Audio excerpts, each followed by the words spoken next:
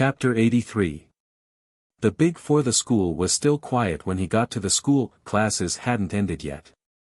Lin Yi walked up to Class 5's classroom and peeked in through the window. It was a self-study class, with no teacher present. Lin Yi pushed the door open and walked in. A lot of people raised their heads to look at Lin Yi before going back to their own stuff. The 12th grade was a very tight class, after all, and nobody liked to stick their noses into other people's business. Yushu poked Meng Yao with a finger. Yao Yao, Shield Bro's here. So what if he's here? What does that have to do with me? Meng Yao frowned, dissatisfied with Yushu's actions. Shu, why do you pay so much attention to him? You're not really into him, are you? I'd see a living person walking into the classroom if I raised my head. Yushu shrugged. I won't talk about it anymore since it has nothing to do with you. Meng Yao opened her mouth, but didn't say anything. She just shook her head and went back to reading the notes in her hands. Yushu smiled faintly at Meng Yao's reaction before going back to her own stuff. Shu, what do you think about this Lin Yi guy? He went to change his bandages early in the morning, why is he only here in the afternoon? Don't tell me he's hooking up with Ling Shan again. Meng Yao turned around suddenly. Ah. I thought you didn't pay attention to him anymore. Yushu smiled at Meng Yao. He is my father's shield. He is not honest with me. He goes out and messes around. Of course, I am not happy. Meng Yao didn't know why she was suspecting Lin Yi, but she found a good reason. Lin Yi was hired by her dad, and he had to be worth the money. Then go talk to him and tell him not to be a playboy. He can only be a shield for you. Yushu suggested casually. What do you mean by me? Meng Yao's face turned red. Shu, your words are so evil, so ambiguous. It was originally you alone. It was your daddy who hired him, not my daddy. Yushu said matter-of-factly. If you don't think that's a good idea, then let him be my shield. I might not need him in high school, but I might need him in college. Screw you. You already have your brother. Why do you still need a shield? Meng Yao said with a smile, feeling a little uncomfortable inside, especially since Yushu felt like she'd stolen something from her. Pinliang shrunk his neck subconsciously when Lin Yi entered the classroom. He'd been scolded by his father and told to behave himself. As far as he was concerned, it was all Lin Yi's fault. However, he also knew that he was not Lin Yi's opponent bare-handed. Even Heibao Bro with a gun wouldn't be a match for Lin Yi, let alone bare-handed. The kid was too strong. And so, Pinliang knew that he couldn't use the usual methods for revenge. He was waiting for an opportunity, a chance to teach Lin Yi a lesson. As for Kong Xiaobo, Pinliang thought about it carefully after going back yesterday. Since Lin Yi was so protective of him, he might as well let the kid go. It wouldn't be worth it if he got beaten up by Lin Yi later. Hey, boss, you're finally here. Kong Xiaobo was very excited to see Lin Yi. He waved at Lin Yi as soon as he entered the classroom. What are you doing, sitting there and waving? Do you think you're the president? Lin Yi smiled as he kicked Kong Xiaobo's leg and sat in his seat. Boss, you don't know, but Pinliang was very low-key today. You didn't come and he didn't cause any trouble for me. Kong Xiaobo said. Isn't that good? Lin Yi said, is there anything going on today? No, it's just yesterday.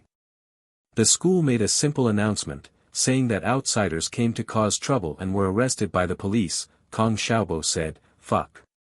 It's just that Pinliang's family has connections, and the school is protecting him. Everyone knows that it was Pinliang who hired those people. Heh. Lin Yi heard from Faubert that Pinliang's uncle was a director of Pengzhan Industries, so naturally, he was one of the shareholders of the school. It was normal for the school to protect Pinliang. Right, boss, guess how everyone is describing you now? Kong Xiaobo lowered his voice and said excitedly. Describing me? Describe what? Lin Yi didn't know what was going on. Boss, you are now one of the big four in the school. You have replaced Pin Liang and successfully become the third of the big four. Kong Xiaobo said as if it was something to be proud of. Big four. Lin Yi felt a chill. When did he become one of the big four? He had always been low-key, and didn't even dare to do well in exams. How did he become famous? Moreover, looking at Kong Xiaobo, it was as if being one of the big four was a glorious thing. It made Lin Yi speechless. Yeah. Boss, if you beat the big four again, then you will become the big four's big four's big four's big four. Kong Xiaobo added. Big four. Lin Yi was speechless. The big four's big four's big four's big four's big four. That was even worse than the third. But Lin Yi couldn't do anything about it. After all, the fight with the outsiders yesterday was a fact. Heibao might have come to the school to cause trouble, but other people wouldn't think that way. They would think that he was the kind of student who liked to fight and beat up Pinliang's people. Naturally, he could become one of the big four. The class bell rang, interrupting Lin Yi and Xiaobo's conversation. Lin Yi wasn't too interested in the big four's name, but he couldn't do anything about it since it was Xiaobo's mouth that belonged to Xiaobo. But after thinking about it, Lin Yi felt that this was his image anyways. It would be easier for him to be Meng Yao's shield in the future. He just needed to stand there and people would think, who dares mess with me, and I'm a tyrant. The last class on Friday was physical activity class. Physical activity class was a class where students could go outside or stay in the classroom to study. It was the only class of the 12th grade that allowed them to relax every week. Even the students who were working hard would choose to relax during this class. They would take a stroll around the school, or stroll around the music store, snack street, or accessory store in front of the school gate. Chapter 84. You go after them. Lin Yi wasn't worried about Pinliang's actions at all. Pinliang might be a little hard to deal with in school, but he wouldn't do anything out of line. Meng Yao had Yushu by her side, and Meng Yao's family background wasn't something Pinliang could do as he pleased. Even if his uncle was a shareholder of Pengzhan Industries, Pengzhan wouldn't let him off the hook that easily if he tried to force himself on Meng Yao in public, even if his uncle was a shareholder of Pengzhan Industries. As a result, Lin Yi didn't plan on following Meng Yao and Yushu. Even if Lin Yi had wanted to, Meng Yao's personality wouldn't have allowed him to tag along. Lin Yi might as well focus on his own things instead. Boss, wanna go eat some barbecue at the food street in front of the school? Kong Xiaobo had a date with Lin Yi last night, so he wanted to grab a drink or two with Lin Yi during physical exercise class. He'd been in high school for 3 years, and he'd lived to the age of 18. He'd only felt like a real man these few days. Sure. Lin Yi said happily. He hadn't eaten anything in the afternoon. Lin Yi placed the things he'd brought back from the hotel in his desk, placing a few books on the outside to prevent them from falling out. Only then was he able to leave with peace of mind. Most of the students had already left the classroom by the time the two left. There were only a few nerds left in the classroom. You couldn't count on these nerds to go out and play. These people spent all their waking hours in books. Kong Xiaobo slowed down subconsciously as they passed by 12th grade class 9. Lin Yi was curious about his actions, but Kong Xiaobo tugged at Lin Yi excitedly just as he was about to ask him about it. Tang Yin. Tang Yun. Lin Yi was taken aback. He subconsciously looked forward and saw a girl walking out of grade 12 class 9's classroom not far away. After the girl walked out of the classroom, she also walked towards the staircase. Lin Yi did not see her clearly. By the time Kong Xiaobo called out, it was already too late. Lin Yi only caught a glimpse of the girl's side profile, followed by a ponytail. The girl was wearing a school uniform. She was very tall, but because the uniform was a little loose, he couldn't see her exact figure. However, since she was called the school belle, she couldn't be bad. It was just a glimpse, but she gave off the feeling of a beautiful girl in a romance game. She had a strong academic vibe. She was indeed a popular commoner beauty. How is it? How is it? Kong Xiaobo danced with joy. He was very excited as if he had won the lottery. I didn't see it clearly. What can you tell from the back? Lin Yi patted Kong Xiaobo. Why are you so excited? She's not your girlfriend. Heh, of course not. But to be able to see her from afar is already very exciting. Boss, don't you think it's fate? Kong Xiaobo was still very energetic. You see Chu Mengyao and Yushu every day. Then why don't you have epilepsy? Lin Yi found it a little funny. Looking at him now, he really looked like he was having epilepsy. Isn't that different? Chu Mengyao and Yushu. I don't have any thoughts about them at all. They won't fall for me. I don't have talent, and I don't have money. Why would the miss like me? But Tang Yun is different. She's close to us. She's from a normal family. At least I have some thoughts about her, Kong Xiaobo said. Ha! Lin Yi smiled. But he couldn't deny that Kong Xiaobo's thinking was right.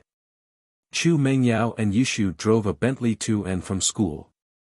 They lived in a villa. If they didn't have a certain background, they wouldn't dare to make a move. Boss, why don't you go after her? You're in the limelight right now. You're famous in the whole school. I believe Tang Yun has heard of your name. Kong Xiaobo suddenly suggested. Huh? Lin Yi paused. Isn't she your dream girl? Heh, not only mine. She's the dream girl of many boys in the school. Xiaobo said with a chuckle. But dream lovers are meant for dreamings. I know my limits. You think I'd win 5 million? It's possible. Lin Yi nodded. Maybe you could ask me for some advice when you're buying the lottery, who knows, maybe you'll really win 5 million when my jade comes into play. Fuck. Kong Xiaobo was speechless. He rolled his eyes. I think the chance of Tang Yun liking me is lower than me winning 5 million. Now you know, right? I'm just imagining things. But I think you have a chance. Come on, why don't you say Zhong Pingliang has a better chance? He used to be one of the big four, why didn't I see him getting her? Lin Yi shook his head. He didn't want any scandals. Otherwise, he wouldn't be able to explain it to Chu Mengyao. Do you know where I'm taking you? Kong Xiaobo said mysteriously. Where to? Aren't we going to eat barbecue? Lin Yi asked. Yes, but do you know who's selling the barbecue? Xiaobo winked at Lin Yi. You're not going to tell me that Tang Yun sells it, are you? Lin Yi didn't know whether to laugh or cry at Kong Xiaobo's mysteriousness. Bingo! Kong Xiaobo clapped his hands. It's Tang Yun's mom. Tang Yun's mom. Lin Yi froze. Ugh. Not that motherfucker, I mean Tang Yun's mother's. Xiaobo coughed, realizing that his mother's name didn't sound good. It's her mom's barbecue stand. Lin Yi didn't know what to say. Boss, I'm telling you, Tang Yun usually helps her mom with the barbecue stall when she's in class. If we go eat barbecue now, we might be able to see Tang Yun. Kong Xiaobo pulled Lin Yi and quickened his pace. Let's go, we'll follow Tang Yun. Following Kong Xiaobo's actions, Lin Yi felt that his heart had become younger again. It was filled with energy. These few years, he was either assassinating or carrying out dangerous missions. He spent most of his time in a rain of bullets. It was rare for him to relax like this. It was only at this moment that Lin Yi realized that this was what he should be doing at his age, wasn't it?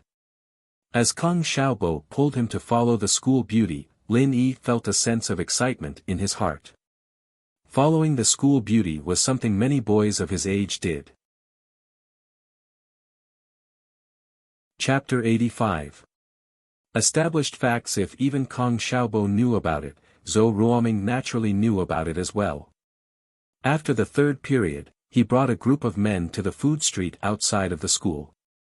He ordered some skewers and beer and waited for Tang Yun's mother's barbecue stall. Tang Yun's mother, naturally, knew about Zhou Ruoming. She knew that he was the bully of the school, but he didn't usually come to her stall. She didn't know what was up with him today, bringing so many people with him.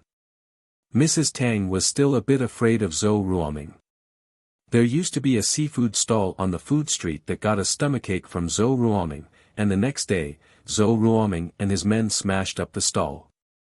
Not only that, but the stall owner was beaten black and blue, and couldn't come back for a couple of days. The other vendors on the food street were naturally wary of Zhou Ruoming's tyranny.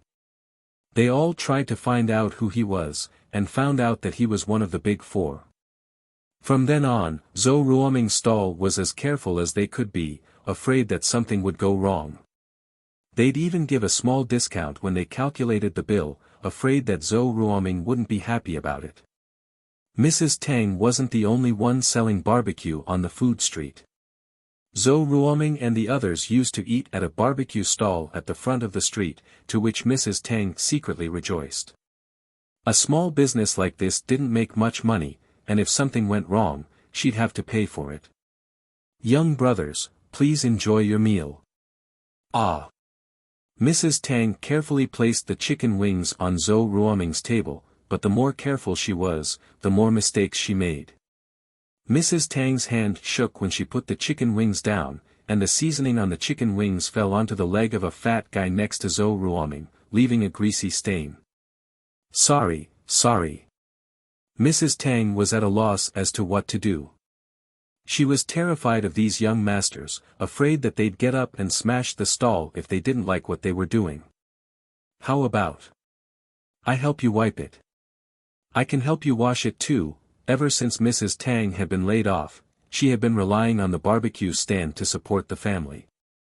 Her lover had been bedridden due to a leg injury, but the compensation from the factory had never been paid. She had tried a few times, but the factory's leaders had rudely kicked her out. Mrs. Tang was a typical housewife who lived at the bottom of society. She was humble and weak, but she had no choice but to rely on her own two hands to support the family. She earned money to pay for her daughter's education and her lover's medical bills. "Ha, it's nothing." The fierce-faced fat man wasn't angry at all. He casually pulled the seasoning off his pants and said nonchalantly, "How would I dare to trouble Auntie to wash my pants? Ming Ji will kill me. You'll be my elder in the future. You brat." Zhou Ruoming poked the fat man's head. "You're already sucking up." "Heh heh heh." The fat man laughed, and the other students who came with Zhou Ruoming also laughed without restraint. Mrs. Tang looked at the fat man in front of her helplessly. She didn't know what he was talking about, nor did she know what these people were laughing about. The only thing she understood was that the fat man didn't seem to want to hold her responsible. Mrs. Tang let out a sigh of relief and said carefully, "Then I'll pay for this meal." "How can I do that? Do you think our Ming Ji is someone who doesn't pay for his meals?" The fat man waved his hand. "Even if I don't pay for other people's meals, I still have to pay for yours. Plus, we're all family now, we can't be short of money." Zhou Ruoming heard the fat man's words and smiled proudly. This fat man was quite eye-catching. It seemed like he wasn't being nice to him for nothing. Mrs. Tang was getting more and more confused. She didn't know what the fat man was talking about. What did he mean by, "family doesn't lack money"? What did he mean? At that moment, Tang Yun walked over from afar. The fat man didn't care about pleasing Mrs. Tang anymore. He suddenly stood up and shook his fat body, waving his hands and whistling. Zhou Ruoming's lackeys also whistled and winked at Tang Yun. "Sister-in-law is here, sister-in-law is here." The fat man shouted. Tang Yun's face paled when she saw Zhou Ruoming and his lackeys, as well as the fatty's nonsense. She didn't think that Zhou Ruoming would be able to find his way here, not to mention spouting nonsense in front of her mother. When Zhou Ruoming wrote a love letter to Tang Yun rejected him mercilessly. However, Zhou Ruoming didn't seem to care at all. He kept pestering Tang Yun with a cheeky face until the bell rang. Tang Yun ran back to the classroom as if she was escaping. There were no movements for the past 2 days. Tang Yun thought that Zhou Ruoming had given up after being rejected. She didn't expect him to do something like this. How sad would her mother be if she thought that she was dating at school? Tang Yun stopped and didn't dare to move forward. Zhou Ruoming's passionate gaze made Tang Yun lower her head in fear. She blushed, embarrassed. "Boss, Zhou Ruoming's group is in front of us." Kong Xiaobo and Lin Yi followed behind Tang Yun. They saw Zhou Ruoming and his lackeys teasing Tang Yun. Kong Xiaobo was furious. This guy is bullying Tang Yun. Oh. So his name is Zhou Ruoming. Lin Yi paused. He recognized the man who was leading the group. It was the guy who got hit by a basketball a few days ago. You know him? Kong Xiaobo heard Lin Yi's words and paused. He is one of the 4 big bullies. I was talking about him before. If you let him go, you are a bully. Lin Yi shook his head and smiled bitterly. It seemed like he had done it a few days ago. I heard that Zhou Ruoming was rejected by Tang Yun. I didn't think that he would use such a despicable method. He made it a fact in front of Tang Yun's mother. Kong Xiaobo heard what the fatty was shouting and clenched his fist. Lin Yi, on the other hand, didn't think much of it. This Zhou Ruoming was a jerk, but he hadn't done anything to Lin Yi. There was no conflict of interest between them, and Lin Yi couldn't be bothered to get involved. Sister-in-law, sit down. Ming Bro has ordered the dishes. You are the only one left. The fatty winked at Tang Yun. He wanted to squeeze his eyeballs out. Chapter 86. Chapter 86, Thirds Men Misses. Tang didn't understand what they were talking about before, but when she saw Tang Yun and heard how they called Tang Yun, Mrs. Tang immediately understood what was going on. Mrs. Tang's heart sank. Was her daughter really in love? But looking at her daughter's pale face, she didn't know if it was because she was afraid that she'd find out, or if it was because Zhou Ruoming was forcing her to be his girlfriend. But no matter what, other than sadness, Mrs. Tang couldn't think of anything else. A young master like Zhou Ruoming wasn't someone she could mess with, and she knew that her words wouldn't change anything. Mrs. Tang had seen too much of the fickleness of human nature over the years. She knew how little she could do by herself. Take the electronics factory where her lover used to work, for example. A machine had damaged his sciatic nerves, and he was now paralyzed in bed. He couldn't take care of himself, and yet he didn't get a single cent of compensation from the factory. He was the boss of a small electronics factory, and because of his social connections, Mrs. Tang couldn't even call for help.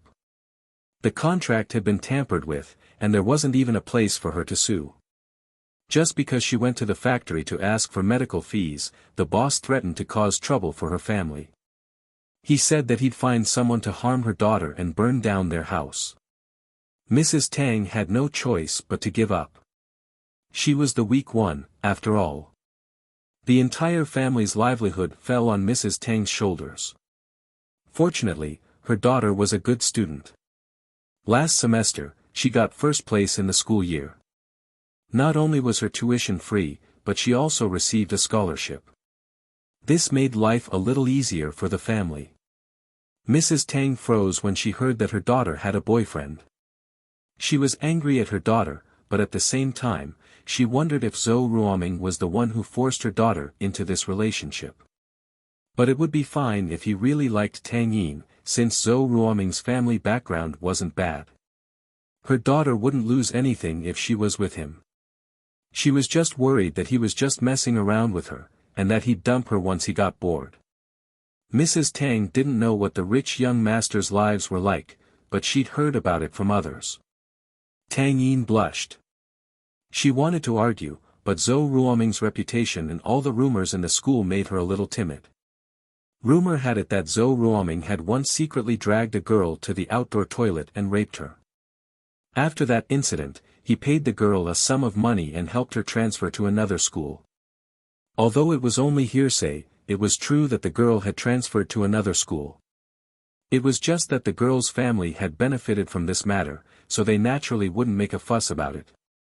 Tang Yin was afraid that if she really pissed off Zhou Ruoming, he'd do anything. Although she wouldn't be like that girl who would remain silent after receiving the money and demand an explanation, but, what was the use of an explanation? Tang Yin lowered her head in silence, tears welling up in her eyes. She hated her mother for not chasing Zhou Ruoming away. However, on second thought, her mother was also in a vulnerable position. She might even be more helpless. What's so good about being the campus belle? Why was he so unlucky? She'd always kept a low profile, never putting on makeup, and never wearing anything other than her school uniform.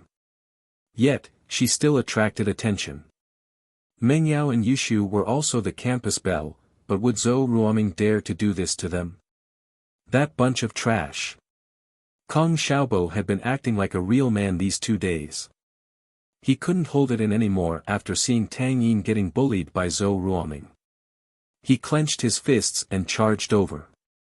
Lin Yi didn't think that Kong Xiaobo would stick his nose into this. He didn't know that even a timid boy like Kong Xiaobo would explode for the goddess of his heart. This day. What a troublesome day. Lin Yi wanted to keep a low profile for a few days, but now he couldn't. Xiaobo was already there, how could he just let it go? Was he supposed to watch Zhou Ruoming beat up Kong Xiaobo? Zhou Ruoming. Are you still a man? You can't win Tang Yin's heart, so you resort to such despicable methods to force me to submit. Kong Xiaobo charged over and stood in front of Tang Yin. Zhou Ruoming was waiting for Tang Yin to make a decision. This was the effect he wanted. He wanted to force Tang Yin to make a choice. He came here to make a gesture, and that was a threat. Since he stood in front of Mrs. Tang's barbecue stall, he was telling Tang Yin that if she didn't agree today, neither she nor her mother would stop. Her mother's barbecue stall wouldn't be able to run anymore. And so, Ruoming was 50% sure that Tang Yin would say yes, even if she had no choice but to be his girlfriend. Tang Yin kept her head down and didn't say a word because she was worried about her safety, but she was also worried about her mother's barbecue stall. She knew that if she turned against Zhou Ruoming today, her mother's barbecue stall wouldn't be able to sell anymore. If Zhou Ruoming and his followers came to cause trouble every day, her family's livelihood would be cut off. Just when Tang Yin was at a loss of what to do, Kong Xiaobo suddenly charged over. Not only did Zhou Ruoming freeze, but Tang Yin also froze. Who was this person? She didn't know him. Who the fuck are you? Zhou Ruoming saw that Tang Yin was about to be forced to make a choice, but someone suddenly appeared out of nowhere. He was furious and pointed at Kong Xiaobo, his voice darkening. I. Kong Xiaobo looked at Zhou Ruoming's fierce eyes and lost his courage. He was just going to explode for a moment, and it would be over after that. He wasn't as strong as Lin Yi, and in terms of fighting, he wasn't Zhou Ruoming's opponent. He was discouraged by Zhou Ruoming's question, but he knew that he couldn't back down now. Boss was still behind him, and if he got beaten up, how could he not help? He straightened his neck and said, I am the third of the Big Four's underling. Big Four's? Third? Underling? Zhou Ruoming froze, confused by Kong Xiaobo's words. What nonsense are you talking about? You're Zhong Pingliang's underling. You fucking beat Zhong Pingliang up, and you still won't behave. How dare you butt into my business? Fuck off, your boss doesn't even dare to butt into Ming Bro's business, who the fuck are you? Fatty pushed Kong Xiaobo hard, go home and tell your boss that I'll fuck his mother. Fatty obviously thought that Kong Xiaobo was Zhong Pingliang's underling, and so he was very unrestrained. News of Zhong Pingliang getting beaten up by a transfer student had spread, and Heibao Bro was arrested as well. He might be sentenced to a few years in prison, so Zhong Pingliang had lost his backing in face. Naturally, Zhou Ruoming's underling wouldn't give him face. Chapter 87. You haven't paid yet. Lin Yi didn't know who his mother was since he was young, but Lin Yi wasn't going to let him off the hook that easily.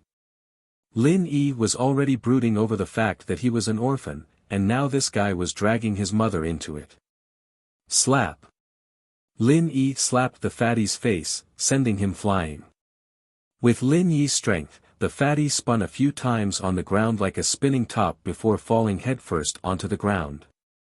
The left side of the fatty's face was clearly visible, and the fatty's face looked even more ferocious now. Whose mother are you trying to fuck? Lin Yi said coldly as he looked at the fatty wailing on the ground. Who the fuck are you? How dare you hit one of my men? Zhou Ruoming hadn't seen Lin Yi's face clearly, since Lin Yi's back was facing him. Lin Yi's slap was a little scary, but Zhou Ruoming didn't think much about it. After all, it was when the fatty wasn't paying attention. He subconsciously thought that the newcomer was one of Lin Yi's men, and reached out to push Lin Yi. Is your face healed? Lin Yi turned to look at Zhou Ruoming. Lin Yi? Zhou Ruoming finally recognized the man in front of him. He finally understood why he was able to send the fierce-faced fatty flying with a single slap. I'm asking you a question. Is your face healed? Lin Yi said as he looked at Zhou Ruoming. Yes. It's healed. Zhou Ruoming said, a little scared. This Lin Yi was a fucking maniac. Even Heibao Bro was crying for his mom and dad after beating him up. How could Zhou Ruoming afford to piss him off? As for Lin Yi, he was obviously asking if he was alright after being hit by the basketball that day. Oh. Lin Yi nodded and slapped Zhou Ruoming's face. Zhou Ruoming's nose was bleeding and half of his face was swollen. However, Lin Yi didn't slap him away like before. You're screwed again. Scram. Zhou Ruoming covered his face. He felt so wronged in his heart. What was this? He was just flirting with a girl, and he actually met this devil. Moreover, he didn't seem to have provoked him, did he? Wasn't it just the fierce-looking fatty saying, fuck your mother? But that wasn't to scold Lin Yi. In this day and age, who would take the initiative to be scolded? However, the situation was pressing. Zhou Ruoming had no choice but to retreat. He didn't have the courage to fight Lin Yi. He turned around and glared at Kong Xiaobo, thinking that it was this kid's fault. However, when Zhou Ruoming saw Kong Xiaobo's proud smile, he froze. He remembered what Kong Xiaobo said earlier. His heart skipped a beat. Could it be that the third of the big four that Kong Xiaobo mentioned was Lin Yi? Yes, there was a rumor in the school that Lin Yi had replaced Pinliang as the third of the big four. Fuck. Ruoming was quite troubled. Couldn't you at least explain it to him? If you said that you were Lin Yi's subordinate, why would I argue with you? I'll just turn around and leave. However, that was what Zhou Ruoming was thinking. If Kong Xiaobo had said that he was Lin Yi's subordinate, Zhou Ruoming might not have believed him. Let's go. Zhou Ruoming called for someone to help Fatty up and left Mrs. Tang's barbecue stand with his tail between his legs. The vendors around Mrs. Tang's barbecue stand looked at Lin Yi in shock. They didn't know who he was. However, they knew who Zhou Ruoming was. They saw Lin Yi hit Zhou Ruoming, but Zhou Ruoming didn't even dare let out a fart. They looked at Lin Yi with respect. This was a character that was stronger than Zhou Ruoming. Tang Yun, are you okay? Kong Xiaobo was close to the goddess of his heart for the first time. Although he knew that it was impossible for him and Tang Yun to be together, it was good to be able to talk to her. Now that there was a chance, Kong Xiaobo didn't want to let it go. However, because of his nervousness, Kong Xiaobo was stuttering when he spoke. Tang Yun frowned slightly. She had heard about the new Big Four's third brother, Lin Yi. She saw that the boy from before was Lin Yi, and that this Kong Xiaobo was his subordinate. She was naturally on guard. News of Lin Yi's exploits had spread. He'd taught Pinliang a lesson as soon as he transferred, and now he'd slapped Zhou Ruoming in the face. Tang Yin was a little afraid of him now, thinking that he might be up to no good, that he'd slapped Zhou Ruoming to get on her good side. As for Kong Xiaobo, Tang Yun already saw him as Lin Yi's lackey. She didn't have a good impression of him. She heard his question and replied faintly, "I'm fine." She then quickly ran to Mrs. Tang's side, "Mom." Ah. Mrs. Tang understood that Zhou Ruoming was bothering her daughter. She was happy, but also afraid of Zhou Ruoming's revenge. However, seeing that Lin Yi was able to deal with Zhou Ruoming made her heart flutter. Whether it was looks or temperament, Lin Yi was much better than Zhou Ruoming. It wouldn't be bad if he became her daughter's boyfriend. At least she wouldn't have to worry about Zhou Ruoming. However, Mrs. Tang was just thinking about it. She didn't want her daughter to be wronged. Xiaobo could tell that Tang Yun didn't like talking to him, and he was a little discouraged. But he understood the difference between them, and it was basically impossible for them to get together. He didn't think too much about it. Auntie, 20 mutton skewers, 2 lamb chops, 2 chicken neck skewers, 2 tofu rolls, and 2 bottles of beer. Kong Xiaobo quickly adjusted his position and became happy again. Although he didn't get Tang Yun's favor, at least he could hold his head high in front of Zhou Ruoming. "What are you guys so arrogant for? In front of my boss, aren't you guys just getting slapped in the face?" "Okay." Mrs. Tang nodded. These two were even stronger than Zhou Ruoming, after all. She had to take care of them. "Zhou Ruoming, wait." Lin Yi suddenly called out to Zhou Ruoming. Zhou Ruoming was startled by Lin Yi's voice. He didn't know what Lin Yi wanted. Didn't he tell him to leave? Why did he call him back? Although he didn't want to go back, he had to go back. He could run, but he couldn't run away. If Lin Yi came looking for trouble, he wouldn't be able to handle it. Lin Yi, is there anything else? Zhou Ruoming turned around with a bitter face. "You haven't paid yet." Lin Yi said faintly. In fact, Lin Yi felt that Mrs. Tang was pitiful. It wasn't easy for her to support the barbecue stall alone. He wanted to help if he could. Chapter 88. Let you pretend, here's 100 kuai, keep the change. Zhou Ruoming took out 100 kuai note and slapped it in front of Mrs. Tang. He didn't want to stay another minute. Lin Yi was watching him, and it made him feel uncomfortable. "That won't do," Mrs. Tang said, looking for change. Ruoming waved his hand with a bitter smile before turning around and leaving without a second glance back. Mrs. Tang had thought that Zhou Ruoming wouldn't be able to get the money back for the meal. They'd ordered 50 to 60 kuai worth of food and drinks, and Mrs. Tang only earned around 100 kuai a day. She'd lost half of it in one go, and while it was a pity, she didn't dare ask Zhou Ruoming for the money. She didn't think that one word from Lin Yi would make Zhou Ruoming pay up like a good boy, and he didn't even need the change. Mrs. Tang couldn't help but feel grateful towards Lin Yi. They were all young masters at school, but why was there such a big difference between them? Look at Lin Yi, he looked like a gentleman, and look at that Zhou Ruoming, the only thing missing was that his face was a bully. But the bully was slapped in the face by a gentleman, and didn't even dare make a sound before running away. The thought made her look at Lin Yi a lot more pleasing to the eye. She looked at Tang Yin, who was still standing there, staring at Lin Yi and Kong Xiaobo, not knowing what she was thinking. "Yin, what are you doing? Aren't you going to help your classmates?" Tang Yin didn't think that Lin Yi and Kong Xiaobo would be sitting at her barbecue stand, asking for food. As far as she was concerned, Kong Xiaobo jumping out to fight Zhou Ruoming was most likely ordered by Lin Yi. He probably had the same thoughts as Zhou Ruoming, and their target was her. Other than that, Tang Yin didn't know what else could attract the attention of these young masters. Although Lin Yi wasn't as blatant as Zhou Ruoming, and was instead a gentleman, Lin Yi was even more of a hypocrite in Tang Yin's eyes. He was just fighting Zhou Ruoming and Fatty, and now he was sitting there like a good student. Who was he trying to fool?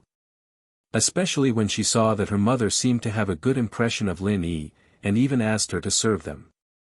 Tang Yin was even more annoyed. She only asked for 100 kuai for you, how could you fall for it so easily? Tang Yin was like a little hedgehog.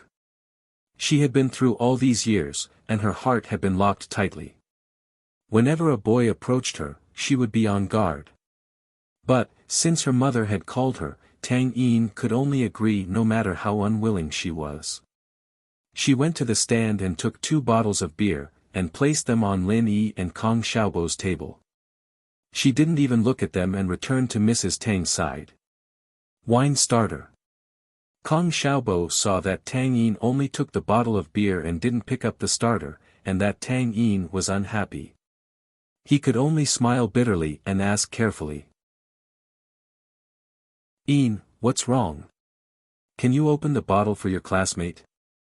Mrs. Tang didn't know what was going on with Tang Yun.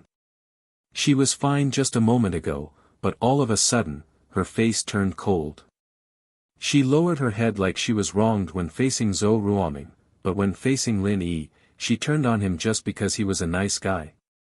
If Tang Yin knew what her mother was thinking, she would explode in anger. He was polite and polite. Just now, he had sent the fierce-faced fatty flying with a slap. Was that considered gentlemanly? It's fine. Lin Yi smiled. He didn't know what he did to piss off this pretty girl. Lin Yi could see that Tang Yin's attitude wasn't good, but he didn't mind it. He just thought that she was acting like a little girl. With that, Lin Yi picked up the bottle and flicked the cap with his thumb, and the bottle was opened. Xiaobo's bottle followed the same pattern. Only your classmate is easy to talk to. If it was the previous Zhou Ruoming, he would have destroyed the stall. Mrs. Tang looked at her daughter helplessly. You don't want me to do business anymore? Go back to school, I don't need you here anymore. Tang Yin felt wronged after being scolded by her mother. What did she mean by my classmate is easy to talk to? How could he be easy to talk to? How could the Big Four be easy to talk to? Look at how polite he is, don't you know that he's just putting on an act? Is he trying to chase after your daughter? Alright, the tofu rolls are done. Hurry up and send them over. Mrs. Tang said as she handed the tofu rolls to Tang Yun. Oh. Tang Yin took the tofu rolls angrily and slowly walked over to Lin Yi. The more she looked at Lin Yi's calm face, the more irritated she felt. When she reached Lin Yi's side, Tang Yin didn't know where the courage came from, but she pretended to step on Lin Yi's foot carelessly. Humph, aren't you pretending to be polite? You want to please my mother? No way, I won't let you. If you want to pretend to be polite in front of me, then fine, I'll stomp you to death and see if you'll get mad. Lin Yi was a bit surprised to be stepped on by Tang Yin out of nowhere. He raised his head and looked at Tang Yin, who had a dark expression on her face. Although the force wasn't really painful to Lin Yi should at least defend himself after being stepped on for no reason, right? Lin Yi was just about to open his mouth when Tang Yin's heart jumped a little. She thought to herself, I told you to pretend, just pretend. I'll treat you like this if you pretend again in the future. She smiled apologetically, sorry, I accidentally stepped on you. Oh. It's nothing. Lin Yi saw that Tang Yin had already admitted her mistake and couldn't say anything else. He smiled bitterly and shook his head. However, after Tang Yin apologized, she didn't move her foot away immediately. Instead, she stepped on him a few more times before moving her foot away. Her eyes flashed with a sly smile as she put down the tofu roll and ran away quickly. Lin Yi was speechless. Tang Yin was doing it on purpose. These girls. Lin Yi didn't know what to say. Did he look like someone who could be bullied so easily? It was Yushu and Meng Yao before, but Yushu was smart and had something on him, so he let it go. Meng Yao's father was his employer, so Lin Yi couldn't say anything. But Tang Yin was taking the initiative to step on him. Forget it, he couldn't be bothered to argue with her. If this got out, he'd be a laughing stock. The Great Eagle was being bullied by a few women. Boss, Tang Yin seems to have something against you. Did you piss her off? Kong Xiaobo also noticed that something was wrong. Tang Yin seemed to be targeting Lin Yi. How would I know? This is the first time I've seen her. Lin Yi shook his head. Chapter 89. What the hell? She's not the prettiest I've ever seen, but she's definitely one of the best. How could I not have an impression of her? Lin Yi shrugged innocently. That's true. Kong Xiaobo nodded in agreement at Lin Yi's words. Tang Yun's beauty was the kind that people wouldn't easily forget. Otherwise, there wouldn't be so many boys who were mesmerized by Tang Yun's beauty after just one look. Whatever, let's eat. I'm hungry. Lin Yi grabbed a tofu roll and stuffed it into his mouth. Not bad, it's pretty good. Heh heh, of course. Whose mom did this? Kong Xiaobo chuckled in satisfaction at Lin Yi's praise. Lin Yi looked at Kong Xiaobo, not knowing what to say. You sound like I'm your mom. Ahem. Kong Xiaobo coughed awkwardly. Let's eat, let's eat. Here, boss, a toast to you. Kong Xiaobo raised his beer. Lin Yi smiled and raised his beer as well, clinking it with Kong Xiaobo's.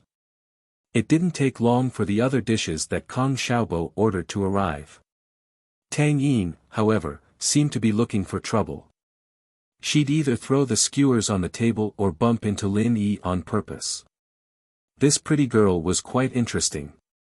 Lin Yi looked at the angry Tang Yin. He found it funny. She wanted to kick him out. There was a class at night, so Lin Yi and Kong Xiaobo didn't drink much. They finished the bottle in their hands and finished the food on the table. Kong Xiaobo stood up to pay the bill. Auntie, how much is it? Yin, go and do the math. Mrs. Tang still had a few more sets of barbecue on the other tables, so she sent Tang Yun to do the math. 80. Tang Yun came to Lin Yi's table and glared at Lin Yi, thinking that he'd be a scammer. Kong Xiaobo blinked. He and Lin Yi ordered at most 40 kuai. How could it be 80? But seeing how confident Tang Yin was, he didn't want to argue with his goddess. He took out a 100 kuai bill from his pocket and handed it to Tang Yin. Wait, Lin Yi stopped Kong Xiaobo. I think I got it wrong. I calculated it. 20 mutton skewers is 20 kuai, 2 lamb chops is 8 kuai, 2 chicken necks is 4 kuai, 2 tofu rolls is 2 kuai, 2 bottles of beer is 4 kuai, that's 38 kuai, right? Tang Yin didn't expect Lin Yi to calculate the bill with her. She blushed and felt uncomfortable. She wasn't a greedy person. The reason why she said 80 kuai was because she was annoyed with Lin Yi's gentlemanly behavior. She wanted to expose him, but Lin Yi didn't say anything. This made Tang Yin even angrier. She thought, since you like to pretend so much, then go ahead and pretend. I'll charge you a bit more to vent my anger. In the end, Shield Bro questioned Tang Yin when she said 80 kuai. Yin, what's wrong with you? How can you calculate the bill? Although Mrs. Tang was busy with the barbecue, Tang Yin wasn't far from her. She could hear the conversation between Tang Yin and Lin Yi clearly. She was angry when she saw her daughter giving a random price to the customer. She scolded her daughter with a stern face. Tang Yin was already angry because of Lin Yi. Now that she was scolded by her mother, she couldn't hold it anymore. She pursed her lips and raised her head to look at Lin Yi. Her eyes were spitting fire. She wanted to burn Lin Yi to death. I don't want the money anymore. Leave. I'll treat you to this meal. I don't want to see you again. She was on the verge of sobbing. She didn't wait for Lin Yi to say anything before covering her face and running away. She didn't even say goodbye to Mrs. Tang, who was beside her, as she ran towards the school. Tang Yin's strong reaction surprised Lin Yi. He didn't expect Tang Yin to have such a strong side. This child. Mrs. Tang didn't know what was wrong with her daughter today.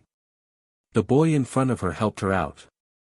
Not only was she not grateful, but she was also angry at him. This put her in a difficult position. She looked at Lin Yi apologetically. Young man, Yin isn't like this usually. She's very sensible. I don't know what's wrong with her today. I'm sorry. I'll treat you to this meal. I won't charge you. You still have to pay, Lin Yi smiled. He felt around his pocket and found 40 kuai in change. He gave it to Mrs. Tang. Here's 40. I'm a little thirsty. Here are 2 bottles of water. Keep the change. Lin Yi didn't wait for Mrs. Tang to reply. He took out 2 bottles of water and gave one to Kong Xiaobo. Let's go. Kong Xiaobo snapped out of his daze. He didn't know what to do as he watched Tang Yin run away. He didn't know what to do until Lin Yi paid for the water. Boss, why are you treating us? Didn't I say I'd pay? Huh, it's the same. You can treat us next time. Lin Yi turned around and walked towards the school. Kong Xiaobo quickly said goodbye to Mrs. Tang and followed Lin Yi. Next time. Mrs. Tang nodded enthusiastically at Kong Xiaobo. Of course. Kong Xiaobo replied. What a sensible child. Mrs. Tang sighed as she watched Lin Yi's back. She didn't know what was wrong with her baby girl. She was afraid that these two wouldn't come again. Boss, what happened today is weird. Xiaobo caught up to Lin Yi, but Tang Yun was nowhere to be seen. She was long gone, evidently long gone. What's weird about it? Lin Yi didn't think too much about it. You, on the other hand, be careful. Don't let Zhou Ruoming cause trouble for you. Ah. With Lin Yi's reminder, Kong Xiaobo remembered that he had offended Zhou Ruoming's group. Boss, don't scare me. I just offended Zhong Pingliang, and now Zhou Ruoming. How am I supposed to live here? Don't be too flamboyant. They won't do anything to me if I follow you. Lin Yi said. You're right, but boss, the news of you slapping Zhou Ruoming's probably going to get out pretty soon. You're going to be one of the big 4 soon. Xiaobo said with a chuckle. What's so good about that? Lin Yi glared at him. What happened today was purely because of you. Now I have to bear the name of a big 4. No way, boss. Can you bear to see Tang Yin get bullied? Kong Xiaobo smiled.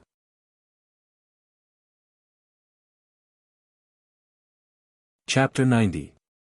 Taking out his anger on the test paper. Chapter 90. Venting his anger on the test paper. Xiaobo stuck his head out of the window as he walked past 12th grade class 9, trying to see if Tang Yin was in the classroom. His neck was about to turn into a giraffe when Lin Yi pulled him back. Alright, if the homeroom teacher of class 9 sees you, you'll be in for it. Ugh. Kong Xiaobo pulled his head back. I wonder if Tang Yun is back yet. You think you can catch up to her? Lin Yi asked him politely as he looked at Kong Xiaobo. Nope. Xiaobo, on the other hand, was quite self-aware as he shook his head. Then why are you still looking? What a waste of time. Lin Yi smacked the back of his head. Go back and study. Let's see what you're going to do if you can't get into university. It's not that I can't catch up to her, but do you think it's possible for you, boss? Xiaobo smiled bitterly. I was thinking that maybe Tang Yun would treat you differently after you saved the damsel in distress. Who knew? She'd treat you differently, HM. Kong Xiaobo's words made Lin Yi think of another problem. Did Tang Yun think that he was saving the damsel in distress? Or did she use Zhou Ruoming to put on a show? If that was the case, she might have misunderstood that he was pursuing her like Zhou Ruoming. If that was the case, then Tang Yun's abnormal behavior was understandable. What a girl with a strong sense of self-awareness. A faint smile appeared on Lin Yi's lips. But, it was interesting. If it weren't for the fact that he had a mission to attend to, he would have thrown himself into school life and enjoyed the flirtatious, subtle relationships between students of his age. Let's go, class is about to start, Lin Yi reminded Kong Xiaobo as he quickened his footsteps. The bell for the evening class had already rung. Kong Xiaobo did not dare to stay any longer. He followed Lin Yi into grade 12 class 5's classroom. Meng Yao and Yushu had returned a long time ago, and they were whispering something to each other. Yushu glanced at Lin Yi before turning back to her conversation with Meng Yao. What surprised Lin Yi was that Pin Liang wasn't in the classroom. His two underlings, Gao Xiaofu and Zhang Naipeo, were there, but Pin Liang's seat was empty. But it didn't take long for Xiaobo to get some information from someone else. A police car had come to the school and taken Pin Liang away. This result surprised Lin Yi. Could it be because of brother Heibao? If Heibao bro couldn't hold on and bit Pin Liang out, then it meant that the kid was pretty unlucky. The tutoring class that night was also a test. An hour before, the students handed in their test papers, and the committee member in charge of studying would take a stack of papers and hand them out randomly. The teacher would then explain the questions while the students marked each other's papers before summarizing the results. This way, the teacher wouldn't have to mark the papers. In the 12th grade, there were tests almost every day, and this was quite suitable for the fast-paced life. What surprised Lin Yi, however, was that the committee member in charge of studying was Yushu. He hadn't expected this girl to be in charge of the class. After the exam, Yushu handed out a stack of test papers as she walked up to Lin Yi. She didn't even look at Lin Yi as she tossed him a test paper with a straight face, and went off to hand out the others. Yushu smiled evilly as she turned around, but quickly put it away. Meng Yao. Lin Yi was speechless as he looked at the name on the test paper. How could there be such a coincidence? Lin Yi was 100% sure that Yushu had done it on purpose. Most of the boys in the class dreamed of marking Meng Yao's or Yushu's papers one day. It was just a paper, but the fact that it was something they'd worked on meant that there'd still be traces of the two of them left on it. Doing it this way would be a way to get closer to them and satisfy their fantasies. Regrettably, however, Yushu and Meng Yao's papers were always swapped. As time went by, Yushu would be suspected of using her position to cheat, but no one dared to expose it. This time, however, Yushu gave Meng Yao's paper to Lin Yi, leaving her and Lin Yi's papers last. She was planning to give Lin Yi's paper to Meng Yao, creating a coincidence. After handing out the papers, Yushu took the two papers back to her seat and put them in front of Meng Yao with a smile. Yao Yao, you pick one. What do you mean? Don't we always mark each other's papers? Meng Yao looked at Yushu strangely. Ugh. This time. I accidentally gave out your paper. Yushu explained. So, forget it. Meng Yao knew that Yushu would make a mistake every time she did this. She might have accidentally given out the wrong paper. Whatever, anyone will do. Meng Yao didn't care since it wasn't her paper. Oh, I'll give you this one then. Yushu tossed Lin Yi's test paper to Meng Yao before sneaking her own test paper to Lin Yi. Lin Yi? Meng Yao looked at the name on the paper and paused for a moment before understanding what was going on. She turned around and saw Yushu, who was pretending to be fine. Shoo! Yushu was the one who did it. Meng Yao knew it was Yushu. Ugh. Yao Yao, what's up? Yushu raised her head with a smile, as if she didn't know what was going on. Let me see your paper. Meng Yao looked at the paper Yushu was covering tightly. She wanted to snatch it away. Ah. What's there to look at? Yushu felt guilty as she tightened her grip on the paper. Give it to me. Meng Yao snatched Yushu's paper away forcefully, and Yushu let go, afraid that she'd tear the paper. Meng Yao, on the other hand, glared at Yushu when she realized that it was her own paper. Shoo! Where did you put my paper? Ugh! I gave it to Shield Bro. He took it away. Yushu thought evilly. Yes, he did, I'm so pissed. Meng Yao was speechless at Yushu's actions, but she was used to Yushu's personality. She knew that Yushu was the type that wanted to see the world in chaos, so she didn't say anything.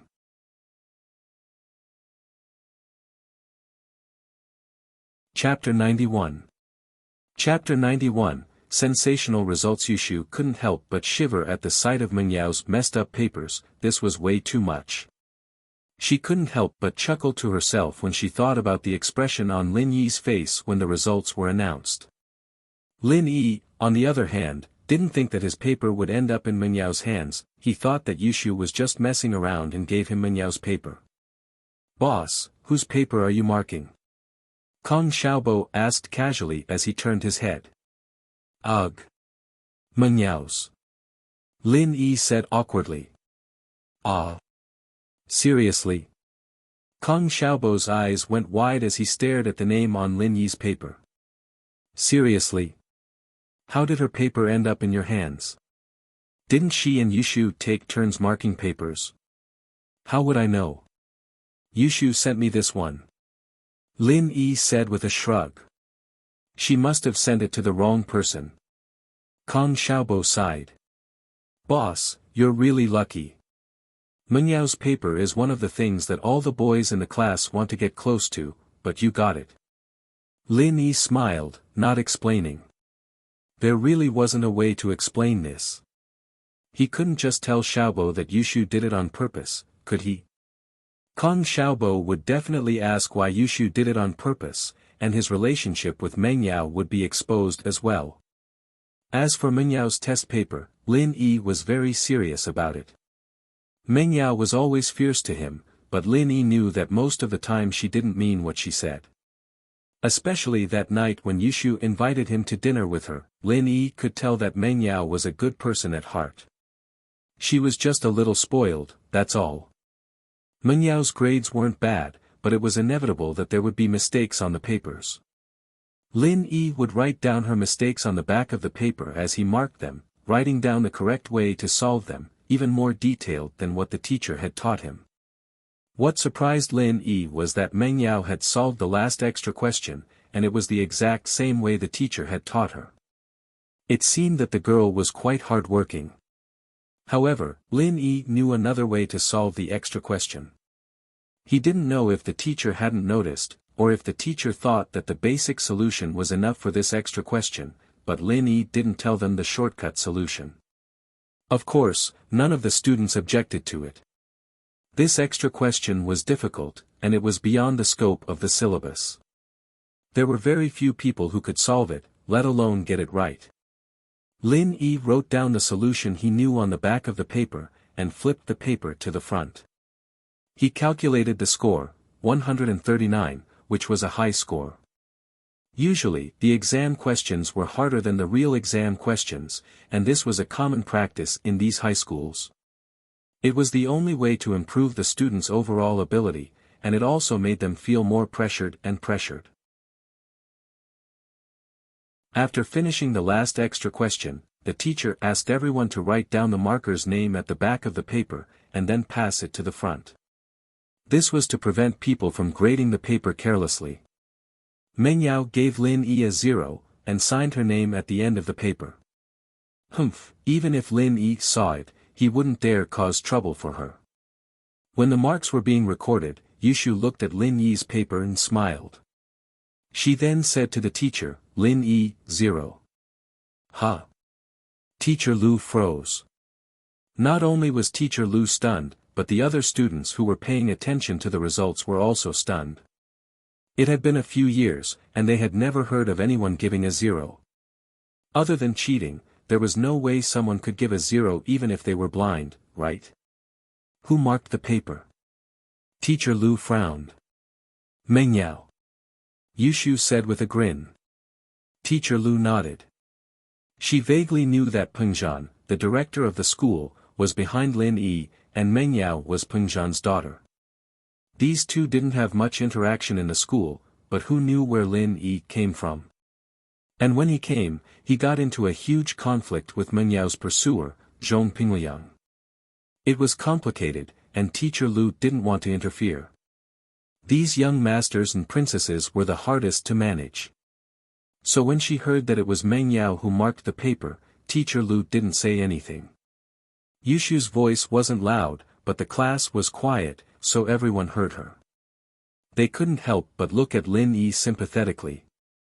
The boys were thinking that Lin Yi had somehow pissed off Miss Chu, and that she gave him a 0. How unlucky. The girls, on the other hand, were a little disdainful. Lin Yi looked like a gentleman, like a pretty boy in an idol drama. They weren't happy that Meng Yao gave Lin Yi a 0, but no one dared to say anything to Meng Yao's face. Lin Yi was the most surprised. When he heard that he got a 0, his expression was indescribably weird. But he could guess that it was Meng Yao who marked his paper, so it wasn't a surprise to have such a miraculous result. Otherwise, he wouldn't have gotten a 0 even if he purposely wrote a few wrong questions. Looking at Yushu's evil smile, Lin Yi was speechless. A 0 was a 0, what was there to be happy about? Kong Xiaobo knew that Lin Yi marked Meng Yao's paper, so when he heard Yushu say that Lin Yi's paper was marked by Meng Yao, he couldn't help but widen his mouth into a 0 shape, just like Lin Yi's score. There was something going on. There must be something going on. How could it be so coincidental? Kong Xiaobo turned his head and looked at Lin Yi with an inquisitive expression. Although Meng Yao gave Lin Yi a 0, it was still more obvious. If there was nothing going on between the two, why would Meng Yao purposely make things difficult for Lin Yi? Looking at Kong Xiaobo's inquisitive gaze, Lin Yi smiled bitterly and spread his hands, indicating that he was innocent. However, Kong Xiaobo was a little puzzled. Lin Yi's expression showed that he was innocent. Besides, although Kong Xiaobo thought that there was something going on between Lin Yi and Meng Yao, now that he thought about it, it wasn't possible. Lin Yi just transferred here a few days ago, and he didn't even talk to Meng Yao. How could there be something going on between the two? Could it be a coincidence?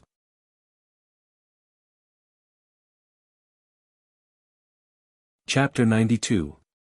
Chapter 92, Did she cross the line?